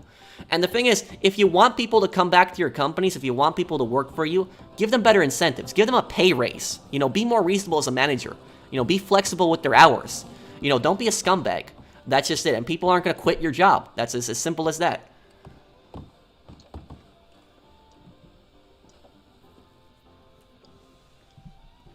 Agreed. Worked customer service restaurant for many years before my current desk job. Such a grind for low pay, no benefits, and rude customers. Yeah. And you know something is are the griefers still outside, by the way, guys? I'll tell you guys this. My first boss that I had at my job was a scumbag. Like my first boss, like, and even if I met him today, I'd call him a scumbag because like I didn't have the courage in myself to actually stand up for myself, and people trampled all over me when I started working like in retail 6 years ago. Like I was really taking advantage of people really, you know, rolled all over me. And so my boss basically would just sit in the office the entire time, sitting on his phone. That's what he would do. He would never help on the sales floor, barely help with anything at all, and he would constantly get on people's cases. And the guy had a lumber business, so he like ran like a business with wood, and that was his main source of income. But he was just a manager at the store for just extra money on the side. And what he would do is he would constantly go up to people and he would tell them, oh, because you're not doing what you're supposed to be doing, I'm not going to get my yearly bonus now. It's like, you know, how is that supposed to be an incentive for somebody to work harder? Because you're not working hard enough, I'm not going to get my yearly bonus. Well, so what? You know, it's like, why should that person break their back for what? For you to get your yearly bonus? I don't understand. And the thing is, the people that he oftentimes said that to, they weren't slacking or anything. They were doing their jobs to their best of their ability. It's just for this guy, it was not enough, apparently. And so I didn't have enough courage to stand up for myself, and I got rolled over by people like that. You know,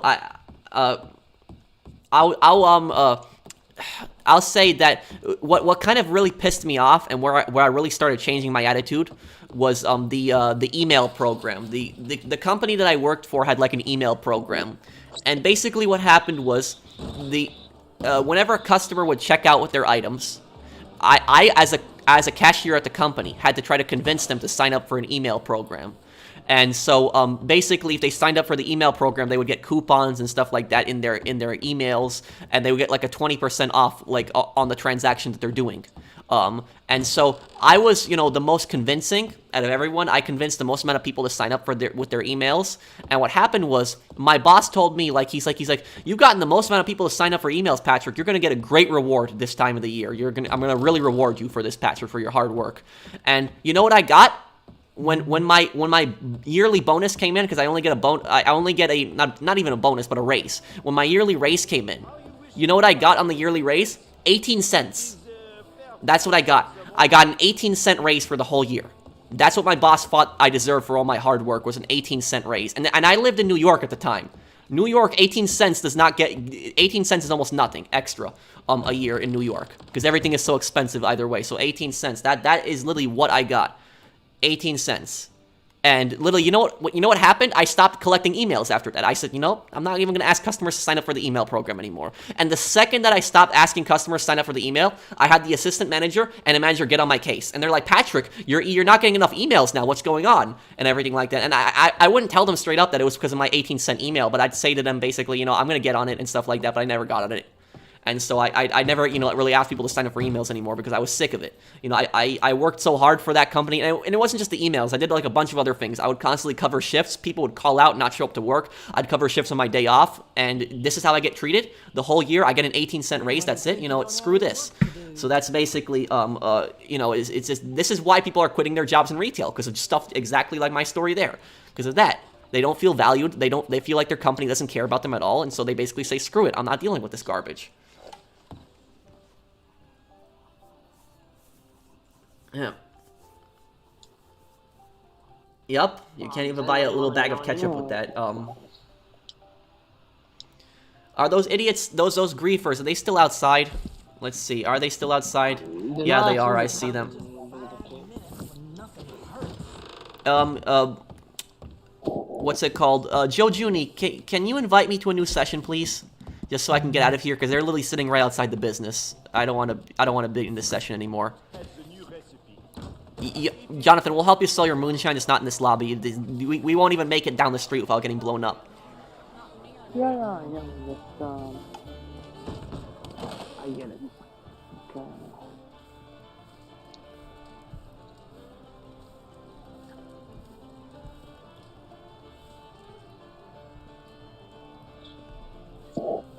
Just tell me when you're in, just the other session, so I can join you. Do you know what the stupidest thing that one of the stupidest things that I've seen in retail was? Anybody that's in Europe, anybody that's watching my stream, if you're from Europe or you're from like outside the US, what I noticed is that cashiers in other countries are very different than in America. How so? Cashiers in other countries, the largest difference is cashiers in other countries sit.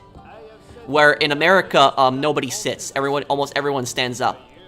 And so the company would expect you, if you're doing like an 8-hour shift, they would expect you to stand up for 7 hours, 7.5 hours, standing at the register.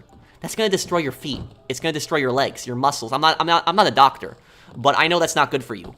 So that's and my legs would just be aching after like standing at the register for that many hours. They wouldn't let you sit, and the reason that they don't let you sit is because somehow these stupid companies think that if you sit down, they think that that's somehow encouraging laziness. So they think that that's going to look bad on the company, and they think that customers are going to think that you're being lazy if you sit down. But all customers care about is doing their transactions. I don't think they really care if the cashier is sitting or not. That doesn't matter. But they and the thing is, if I'd ask my manager, can I sit down? My manager would be like, do you have a doctor's note? It's like, what do you mean, what do I need a doctor's note? Like, they'd think that they'd only let you sit if you had a medical condition. So it's that's just, no, it's just, I never knew this. Well, look at it in America. Just Google it. In America, why do cashiers stand? And you'll see that it's a culture thing in America. Like, corporations in America, for some reason, they think that if you're standing up, that if you're sitting down, it's somehow lazy. That's what corporations think in America. I mean, it depends, Mark. There are some places where cashiers will sit. I will concede that in America. But there's very few stores I'll see where cashiers will sit. Very few stores. We have Rail Baron, if you want to You do have it. Railroad Baron? Yeah. Oh, I think it just disappeared from me. Yeah, because you're in my posse. Oh, okay. Disband the posse then. And okay. I disbanded mine.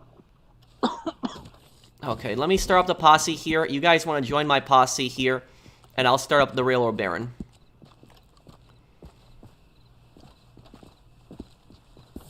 I'm in it.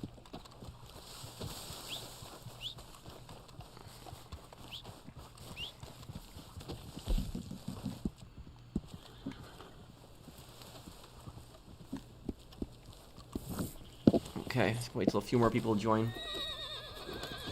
I worked at Amazon for 2 months, standing overnight for 8 months, handling packages. By the time I quit, I was burnt out and close to having a heart attack. And I know how you feel, Mr. J. I've read about Amazon. I know how that company treats its employees. My friend, one of my best friends worked for Amazon, but he worked for Amazon as a driver. And he would drive around a van, and so they would constantly keep texting him. Like, the supervisor would text him like maniacs, basically saying, where are you? You're late on this delivery, you're late on this drop, you're late on that, you're late on that. And so they would just constantly keep spamming him. And he wouldn't have a break. He would be rushing from one stop to the next, and there'd be things like traffic, that'd be in the way, construction, weather. There'd be reasons why you don't get to a specific place at the exact time. And yet, they would just the supervisors were so nasty in that environment. It's almost like they were specifically trained to be nasty. And so I'd hear these horrible stories from my friend who would tell me about that. It was just... God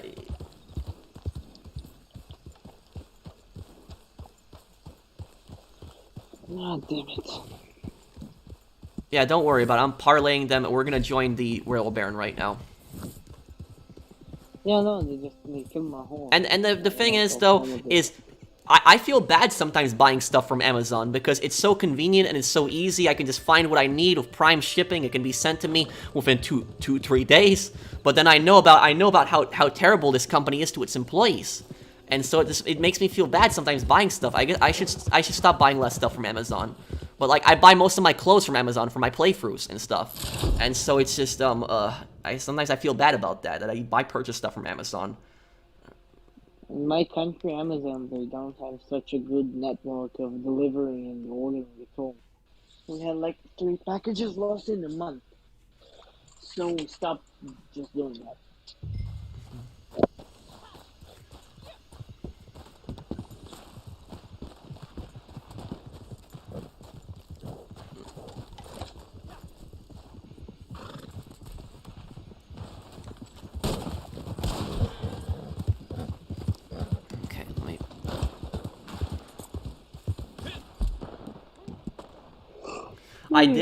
I really apologize for that, Mario. If I missed your super chat, I'm sorry. I am. What GTA game has the most annoying NPC traffic? GTA 5. That's easy. Thank you, Mario, for the super chat, though. I'm sorry. I'm sorry I missed it. I've recently seen this video on the GTA subreddit of somebody trying to delivery from the other shop, and some random NPC just tried to smash into it, and when he was on the opposite lane.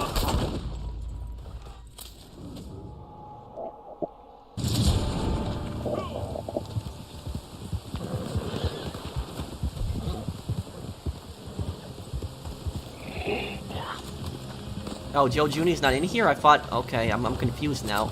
I thought that the posse was full when I joined this mode.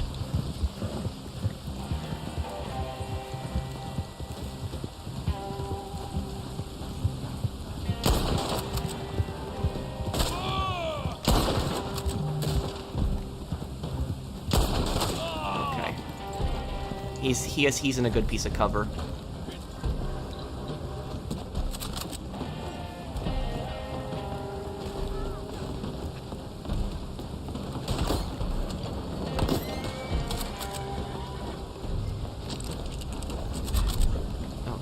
just took this over here.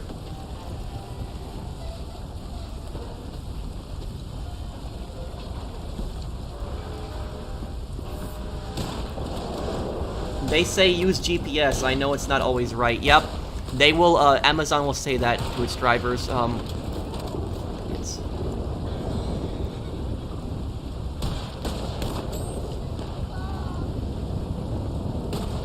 Oh yeah, you work for an Amazon as a driver, yeah. Well, I mean, I don't know about Uber Eats, but, like, the only thing I know about that place is that at least you can choose when you want to work.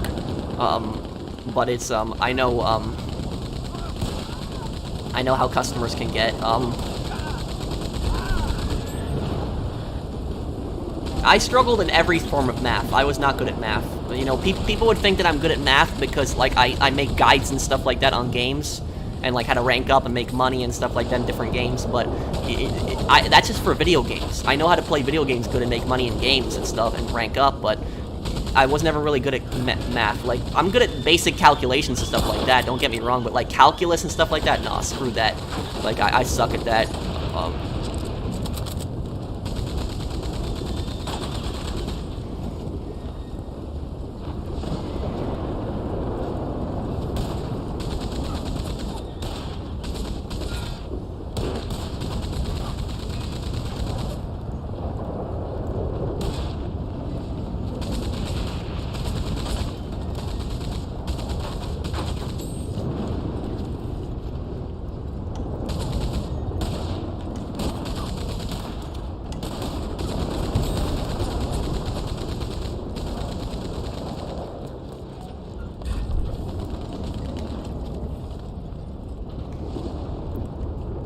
And I want to ask you guys, also, speaking of, like, retail and stuff like that, I know a lot of you guys also work in that environment like me, but, like, let me ask you guys, have any of you guys, like, worked for a large corporation and, like, basically, when you try to go on break, when you ask the manager to go on, like, you've already been working for a few hours, you're tired, you want to get some food, you're hungry, and you want to go on break, you're entitled to a break, and when you ask the manager to go on break, they try to make you feel bad for going on break. Has that happened to anyone? Like, basically, it's happened to me where they basically used to say to me, like, well, you know, you can't go on break right now, we have a lot of work, if you go on break, you're putting more work on the rest of us, it's not fair, and stuff like that. Like, I would have that, and they would try to make me feel bad for taking a break.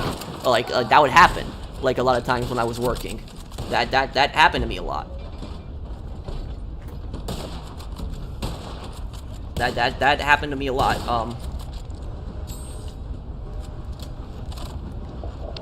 Oh, this is gonna be so easy. When they come in through the tunnel, it's gonna be so easy to kill them here. Yeah, so this is just, you know, stuff like that, it happens, and it's disgusting when stuff like that happens. One of my coworkers, I remember, he would always, he was friends with one of the supervisors that I was working with, and what would happen is that supervisor wasn't really that nice to me, and she would usually give him the easier tasks and give me the harder tasks. And so if I was working like a 4 or 5 hour shift that day, I was entitled to a 15-minute break, paid 15-minute break. And what happened is, whenever I would try to go on it, they would try to stop me, basically saying, why do you need a 15 for, and everything like that. It's like, when I'm perfectly entitled to it. And then my coworker would say to me, I don't take 15 minutes, Patrick, and then I would say, why? He's like, because there's too much work to do. I'm like, well, okay, that's you. But, like, you know, I deserve to take a 15-minute break. If I want to take a 15-minute break, I take a 15-minute. It doesn't matter to me if there's more work to be done. I'm entitled to a break. It's as simple as that. If you care so much about more work getting done, then hire more people on the shift. As simple as that. But no, these corporations, oftentimes they're so cheap, and they have like 2 or 3 people on a shift, when in reality they need at least 4 or 5 people on that shift to get all the work done.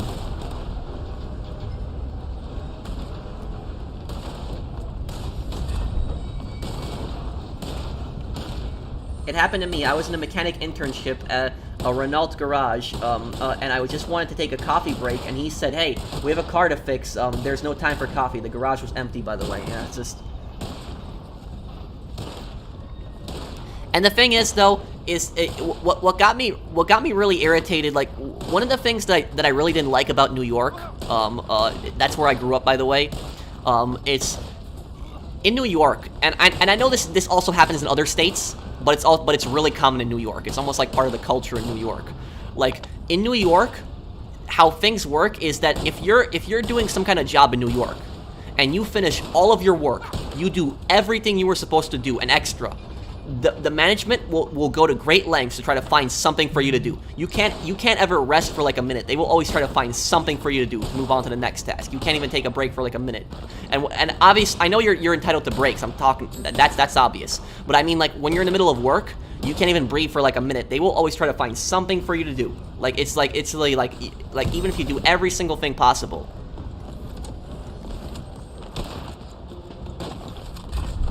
And that's one thing I really didn't like about New York is that attitude. Like, and I grew up here, and I understand it. It got me annoyed, like stuff like that. I mean, I guess I don't understand it, but it's just that attitude got me mad when I encountered stuff like that. I know I shouldn't be talking about something negative like that because it's a Friday. We should all be chilling and stuff, but it's.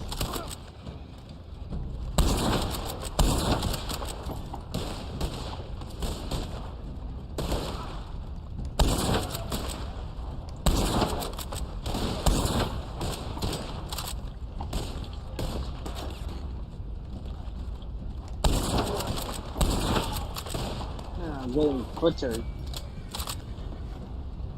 I work in healthcare and radiology. Most patients are nice and appreciate what we are doing for them and what I've been through the past year and a half, but we do have the occasional Karen. So thank you, Eric.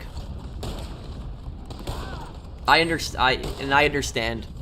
It's I can't imagine how the Karens would have I can't imagine how they would have felt if they had seen like my doctor like a few weeks ago, because I went to a doctor for the first time here ever since when I moved to the Midwest.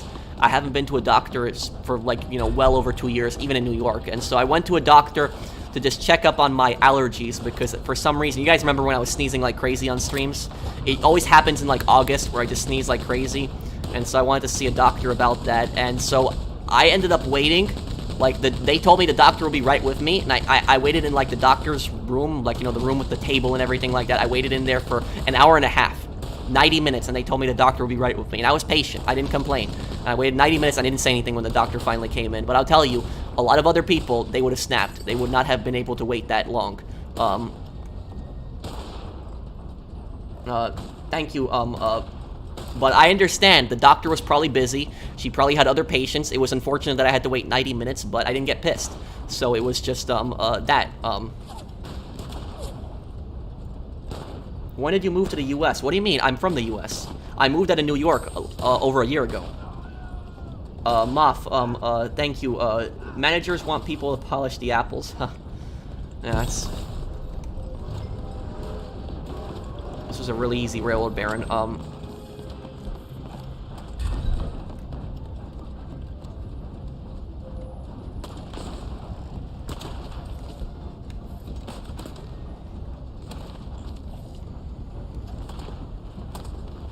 The guy with the Carcano has a skill.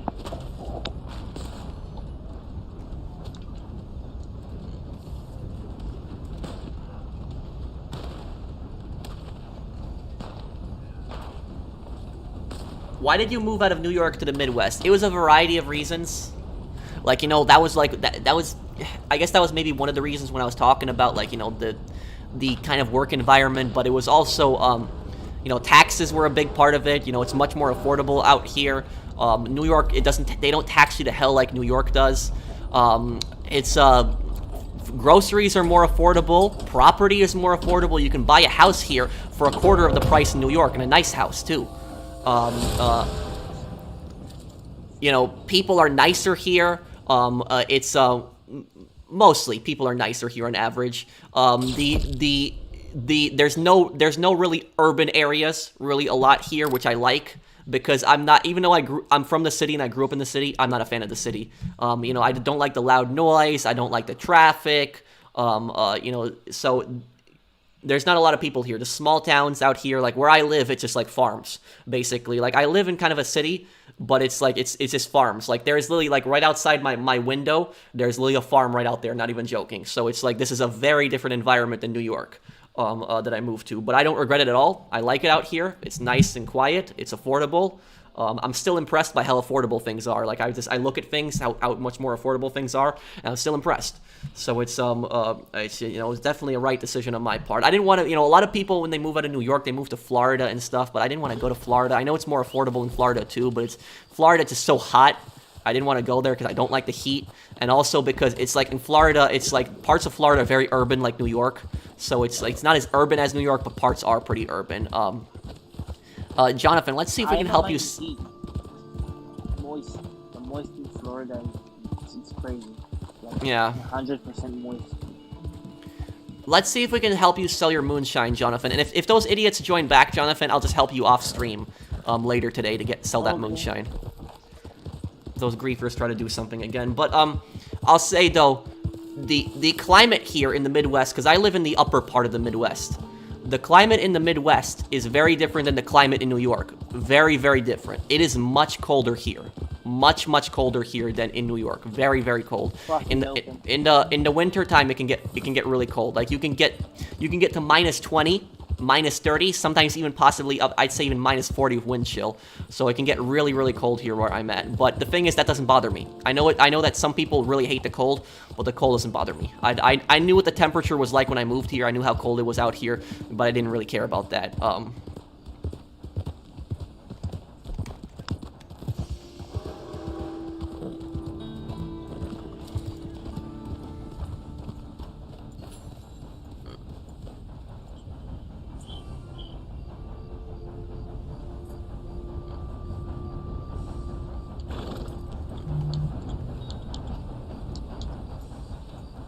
It gets cold all year round for a few in England for a few weeks of summer. Yeah, but it's probably gets it gets colder in it gets colder here. But I think you would like Gaming YT. You would like my Ace Attorney playthrough, because my Ace Attorney playthrough takes place in Great Britain, and they actually talk about the London winter in the game, and it takes place in like the Industrial Revolution in like the 1880s, 1890s, so like around the same time as Red Dead. There was one case where they were actually talking about the heat in the game, and how like they talked about how people need to the poor in that time period really struggled to heat their homes and their apartments and stuff, and during the Industrial Revolution. It's called the Great Ace Attorney Chronicles. It takes place in London, so it's a lot of fun. The Great Ace Attorney Chronicles. Like I try to upload a part every day, but it's my favorite game this year. Like I love that game so much. Ace Attorney the next part of Ace Attorney is gonna drop in 10 minutes. So 10 minutes, just be ready. I'm gonna drop the next part.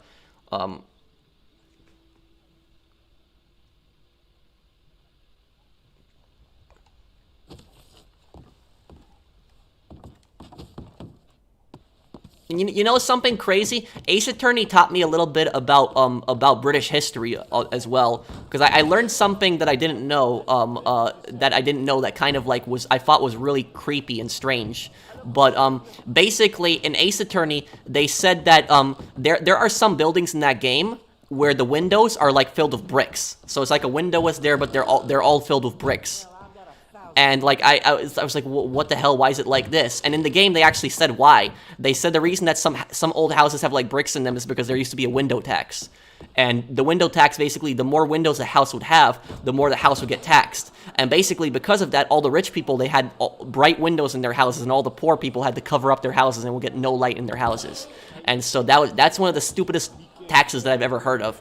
But a lot of buildings still had those bricks in the 1880s and 1890s. Like now I don't think really houses like that exist in Britain anymore, but it's like in the 1880s, 90s where it takes place, they had that. That was a really thing. Oh yeah, the Midwest has urban cities. I mean, the largest city in the Midwest is Chicago. I mean, Chicago does technically count as the Midwest. So it's there is. But I was in Chicago. I drove through Chicago a bunch of times. Because when I'm driving from New York to the place where I moved to, I have to go through Chicago, and so it's Chicago. Yeah, it's there's a lot of tolls in Chicago. There's so many tolls in Chicago. Like the amount of it's like New York with the tolls. And I'll tell you something. there was something else about the tolls. Oh yeah, the majority of the tolls in Chicago, when I drove through the toll booths in Chicago, most of them were broken. And so, like, the toll booths, I'd drive through them, and the toll booths were broken. And I'd pull up to it, and there'd be, like, a sign saying like, toll booth out of order or something like that. Like, go to the website, Chicago this, whatever. And then, you know, you go to that website, and you pay the toll there. And so what happens is, I go on the website, I log into the website, I type in my license plate number, and no tolls come up. So apparently the toll booths in Chicago were so broken that they didn't even record, like, people's plates. But, you know, I'm not complaining. So it's that was that about Chicago. The tolls, and then the toll booths were mostly broken, and just, top 3 of your anime. By the way, good morning. Thank you, Zai. Let me, before you sell this, let me just make sure these guys aren't in here. Okay, you can sell it, right now, Jonathan. These guys aren't in here, but do it quickly, and we'll do our best to protect your stuff. About Chicago is, yeah, it was that, and I'll tell you this, when I was driving through Chicago, I had to drive through the night. So even though I was exhausted, like last year I was actually driving to visit my parents during Thanksgiving, and I had to give my dad back his car because I borrowed my dad's SUV to be able to bring a lot of my stuff here to the Midwest when I moved out here. And so I packed my dad's SUV stuff, and then I wanted to give my dad's SUV back to him, and he was driving my car in that time. And so I drove my car, my dad's SUV, all the way from the Midwest, all the way back to New York. I drove through Chicago, and even though I was really exhausted, I drove through Chicago at like 5, 6 o'clock in the morning. The reason I drove through there so late is because I didn't want to drive through there in the middle of midday and get stuck in a traffic jam. Because, like, when I drive through most of the country, like I drove halfway across the country, there's only 2 places where I get holed up. And those 2 places where I get holed up are New York and Chicago. Those are the only 2 places that I get holed up in traffic. Everywhere else is fine. There's like no traffic for hundreds of miles, but like New York and Chicago are the 2 places that I get holed up in. Thank you. Okay. And if you guys could just protect us, we're gonna get it to the camp, but we're just be cautious because those guys could join back at any moment. And Jonathan, have your PlayStation, just hit your PlayStation button and just be ready to close the application. I'll tell you if something goes wrong, because these guys could blow it up at any moment. Just to make sure they don't ruin your sale. I'm gonna cut through this. I'm not stopping on the roadblock. Just want to get there to make sure your stuff is safe.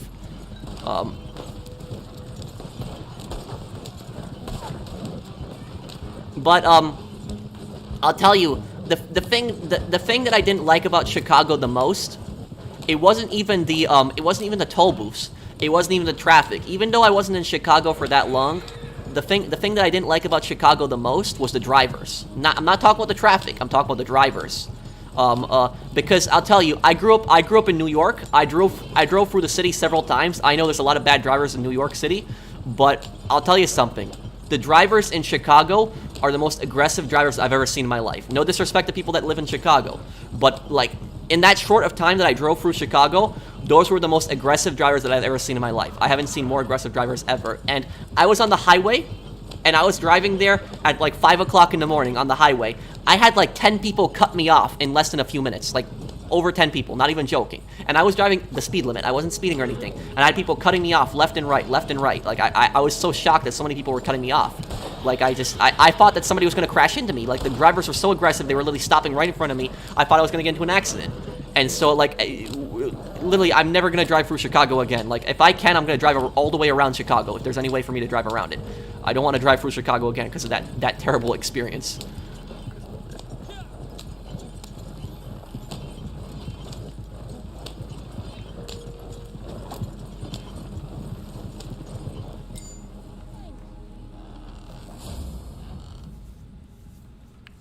What city is perfect for a new Midnight Club game in your opinion? Why don't they do Chicago? They haven't done that in a Midnight Club game. I've heard Chicago is a very bad place to live in. No, not necessarily. You know, I even though I don't like cities that much, the bad parts of there's nice parts of Chicago and then there's good parts of Chicago. So just like every place, there's some parts of Chicago that you can live in that are pretty nice. So, but I still wouldn't recommend living in Chicago because Chicago is just really expensive. It's a really expensive city. It's a little bit cheaper than New York, but it's still a really expensive city to live in.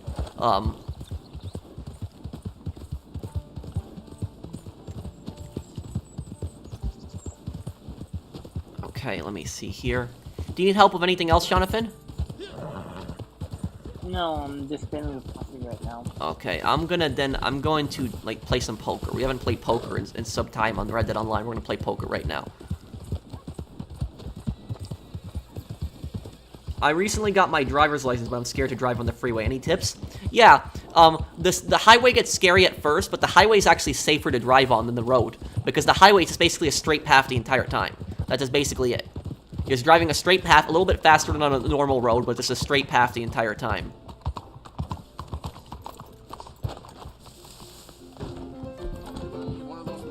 I'm just gonna go into game chat for a little bit, guys. Just gonna so I can play poker here. Let's see here. Oh, it's up here.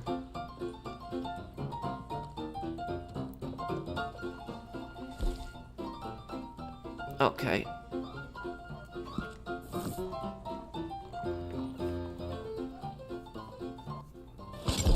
Do you hate it when kind and nice people are taken advantage of? Oh yeah, I despise that. I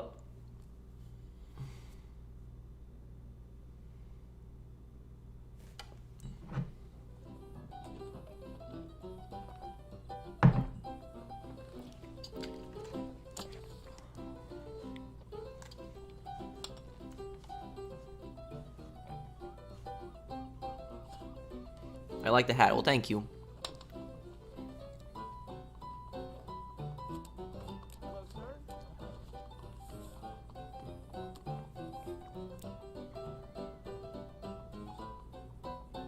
Have you ever gambled? No.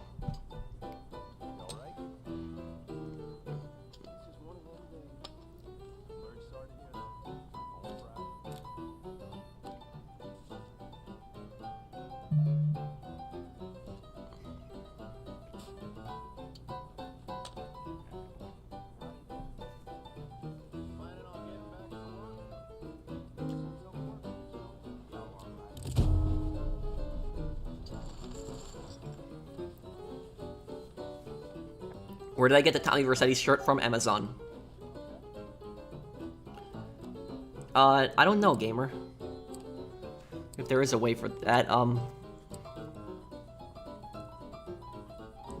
I have tried the zombie mode, I just haven't gotten the chance to really play it much.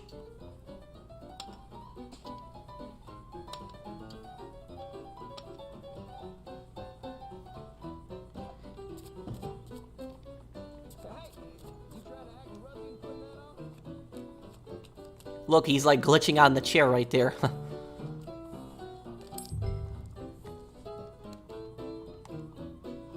Okay, this is okay.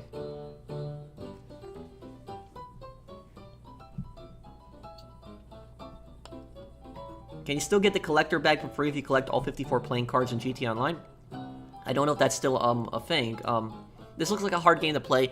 It does look a little hard, but once you understand the rules, it's not that bad.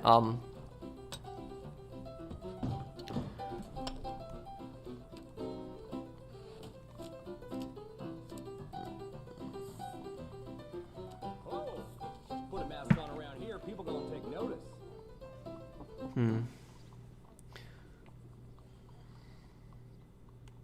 Howdy. Ain't no shame to have the risk, I say. No sense overworking yourself. Either this guy is bluffing or he knows what he's doing.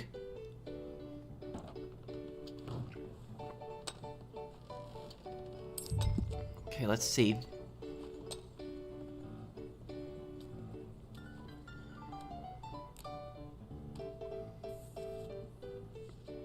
Okay, this is going good right now for me. Not sure why you'd want to wear that, my friend.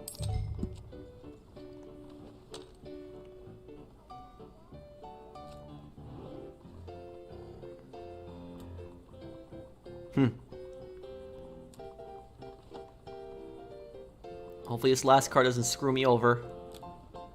Yup, there we go, look at that. Beautiful, right?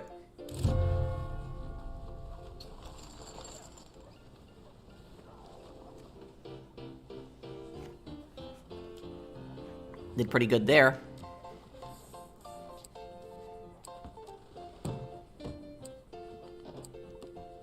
I can see you ain't proud about what you're fixing to do.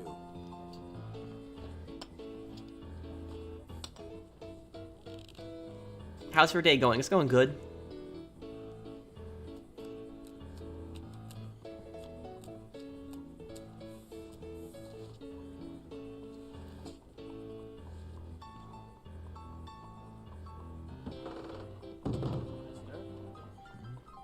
Hello, sir.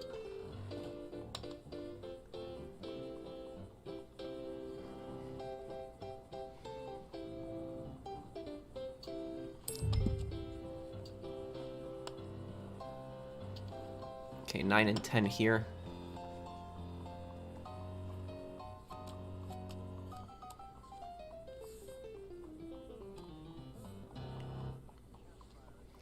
That's really, there's 3 face cards there. That might be bad.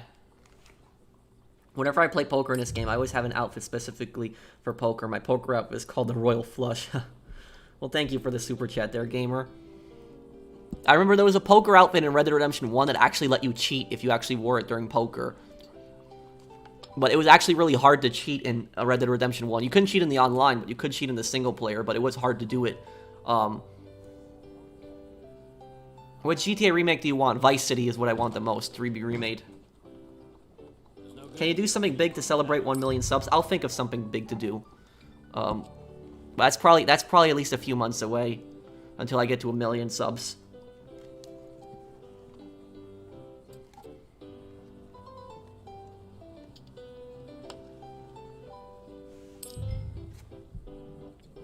Thank you, Eric. When I used to work at a furniture store, I spent an hour one day dusting dining room sets, and the owner said it wasn't good enough, and I couldn't take a lunch break until I did it again. Oh, man. Oh, yeah. What the owner did there, that's illegal. They can't do that.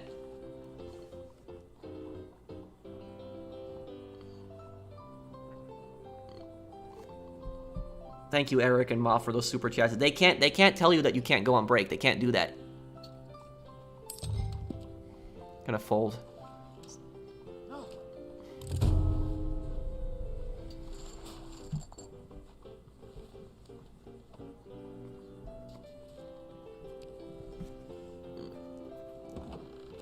You know that something something really messed up that I'll tell you guys. I don't know your face from Adam. When I first started working in retail, I didn't realize that I was allowed a break. I'm serious, I didn't. I was a 19-year-old kid when I started working in retail, and I didn't realize that I was entitled to a break. I didn't know that. I know that might sound stupid, and I was very naive for that, but I didn't realize that I was entitled to a break. And so basically what happened was the first few weeks that I worked like 8-hour shifts without taking a break. And management saw me up there and never asked me if I wanted to take a break until it was like maybe 3 weeks after I was 3 weeks of working with no break. One of my coworkers said, "You want to go on your break? You've been up here pretty long." And I said, like, I get a break, and she's like, "Yeah, you get a 30-minute break if you're working over 6 hours." I'm like, I didn't know that. And so I guess it was my fault too, because I was naive and I didn't know that. I should have known that. But it was the fact that the management saw me up there working that long. They didn't even tell me that I was entitled to take a break. That's just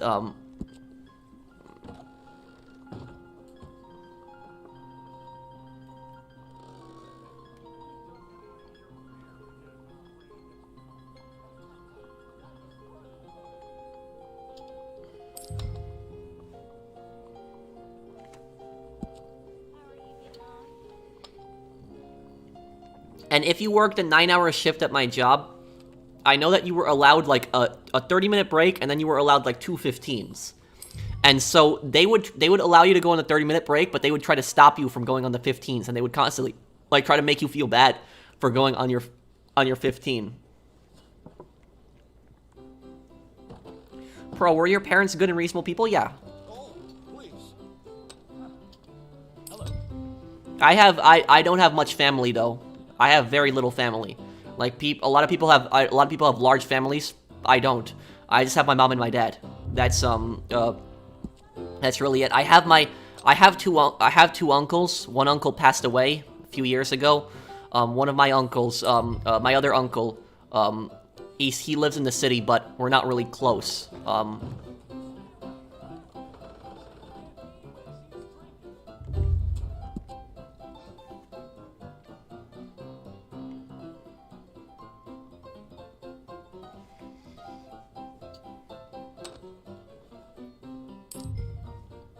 Oh yeah, I'm definitely not going in on this. I'm getting some terrible cards right now.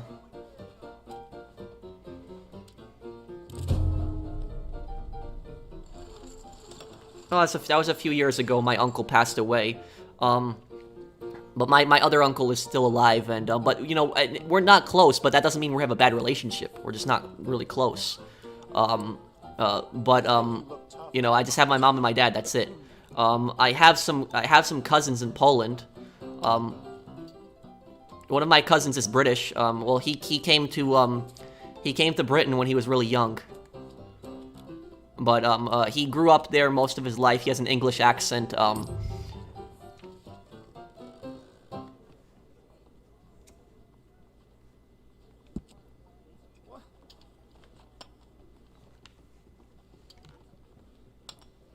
Did you enjoy working with the people in retail?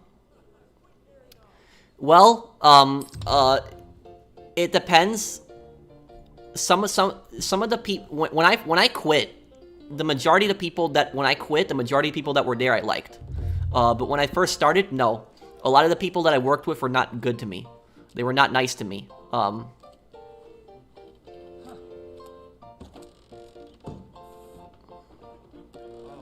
I dealt with some really nasty people. How you keeping? I'm pretty good. Pleased for you.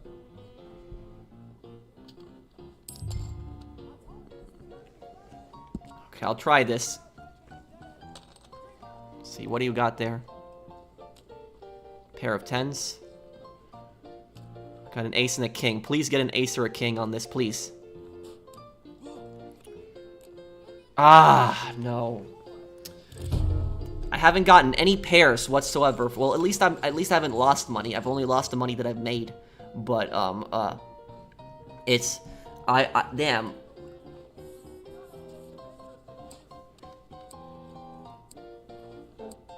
I don't raise unless I know I have a good hand. That's when I raise. Lost my uncle pretty recently, and the way things are going, my father's probably he got hit with COVID during January 2020 pretty early on. I'm sorry to hear that, gamer.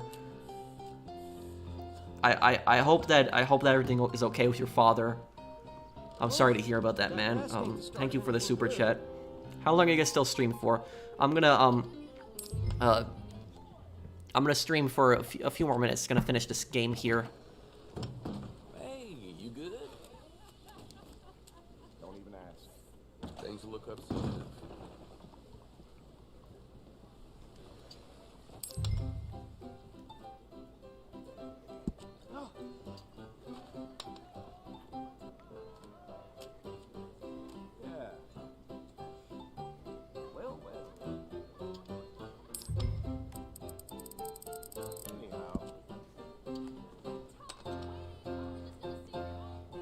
Thank you. I tricked him.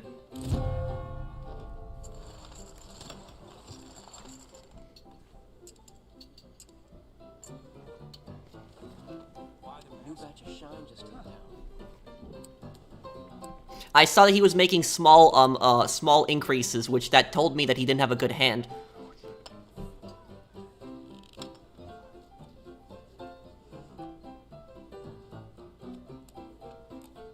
Okay, let's see if we can win one more hand here. Can't seem to find a man in Blackwater prepared to break a sweat these days.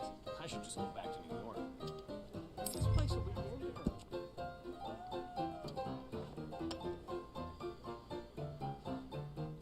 Yeah, I'll probably play the Battlefield beta. That comes out in what, a few days, right? I can't believe it's already October. It's crazy.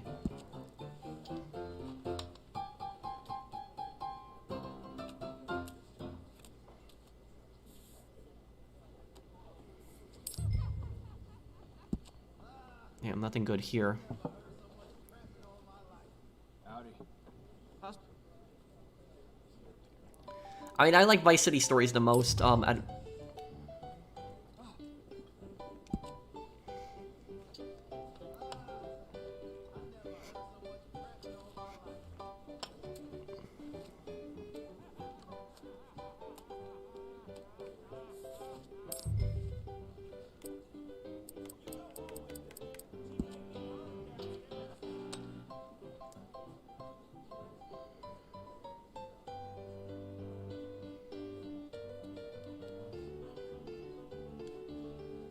Do you still play Watch Dogs Legion? I do at times. Yeah. Beer got sick drinking that shine Earl brought up.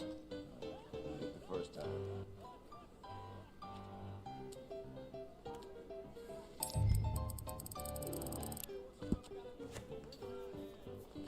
See if I can make them fold. Yep, got them to fold. Waiting on the rain.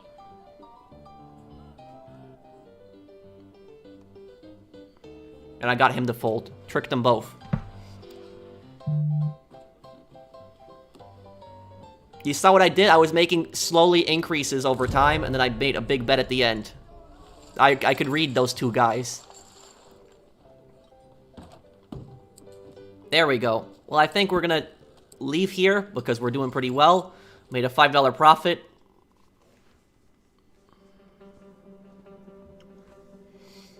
I didn't have an amazing hand, but yet I tricked them into giving me basically what was in the pot.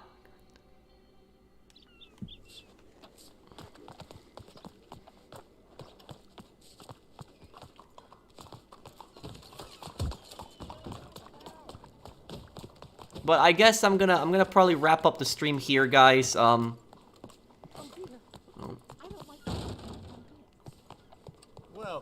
Please. Yeah, I guess I'm gonna wrap up the stream here. What's it called? If you guys enjoyed the stream, please do drop a like if you guys enjoyed the stream, because it does help the channel out a lot. And the thing is, though, is I'm gonna the Ace Attorney video. Everyone who's asking about the Ace, well, a lot of people are asking about the Ace Attorney video. Ace Attorney is gonna be uploaded right now. Let me just hit upload.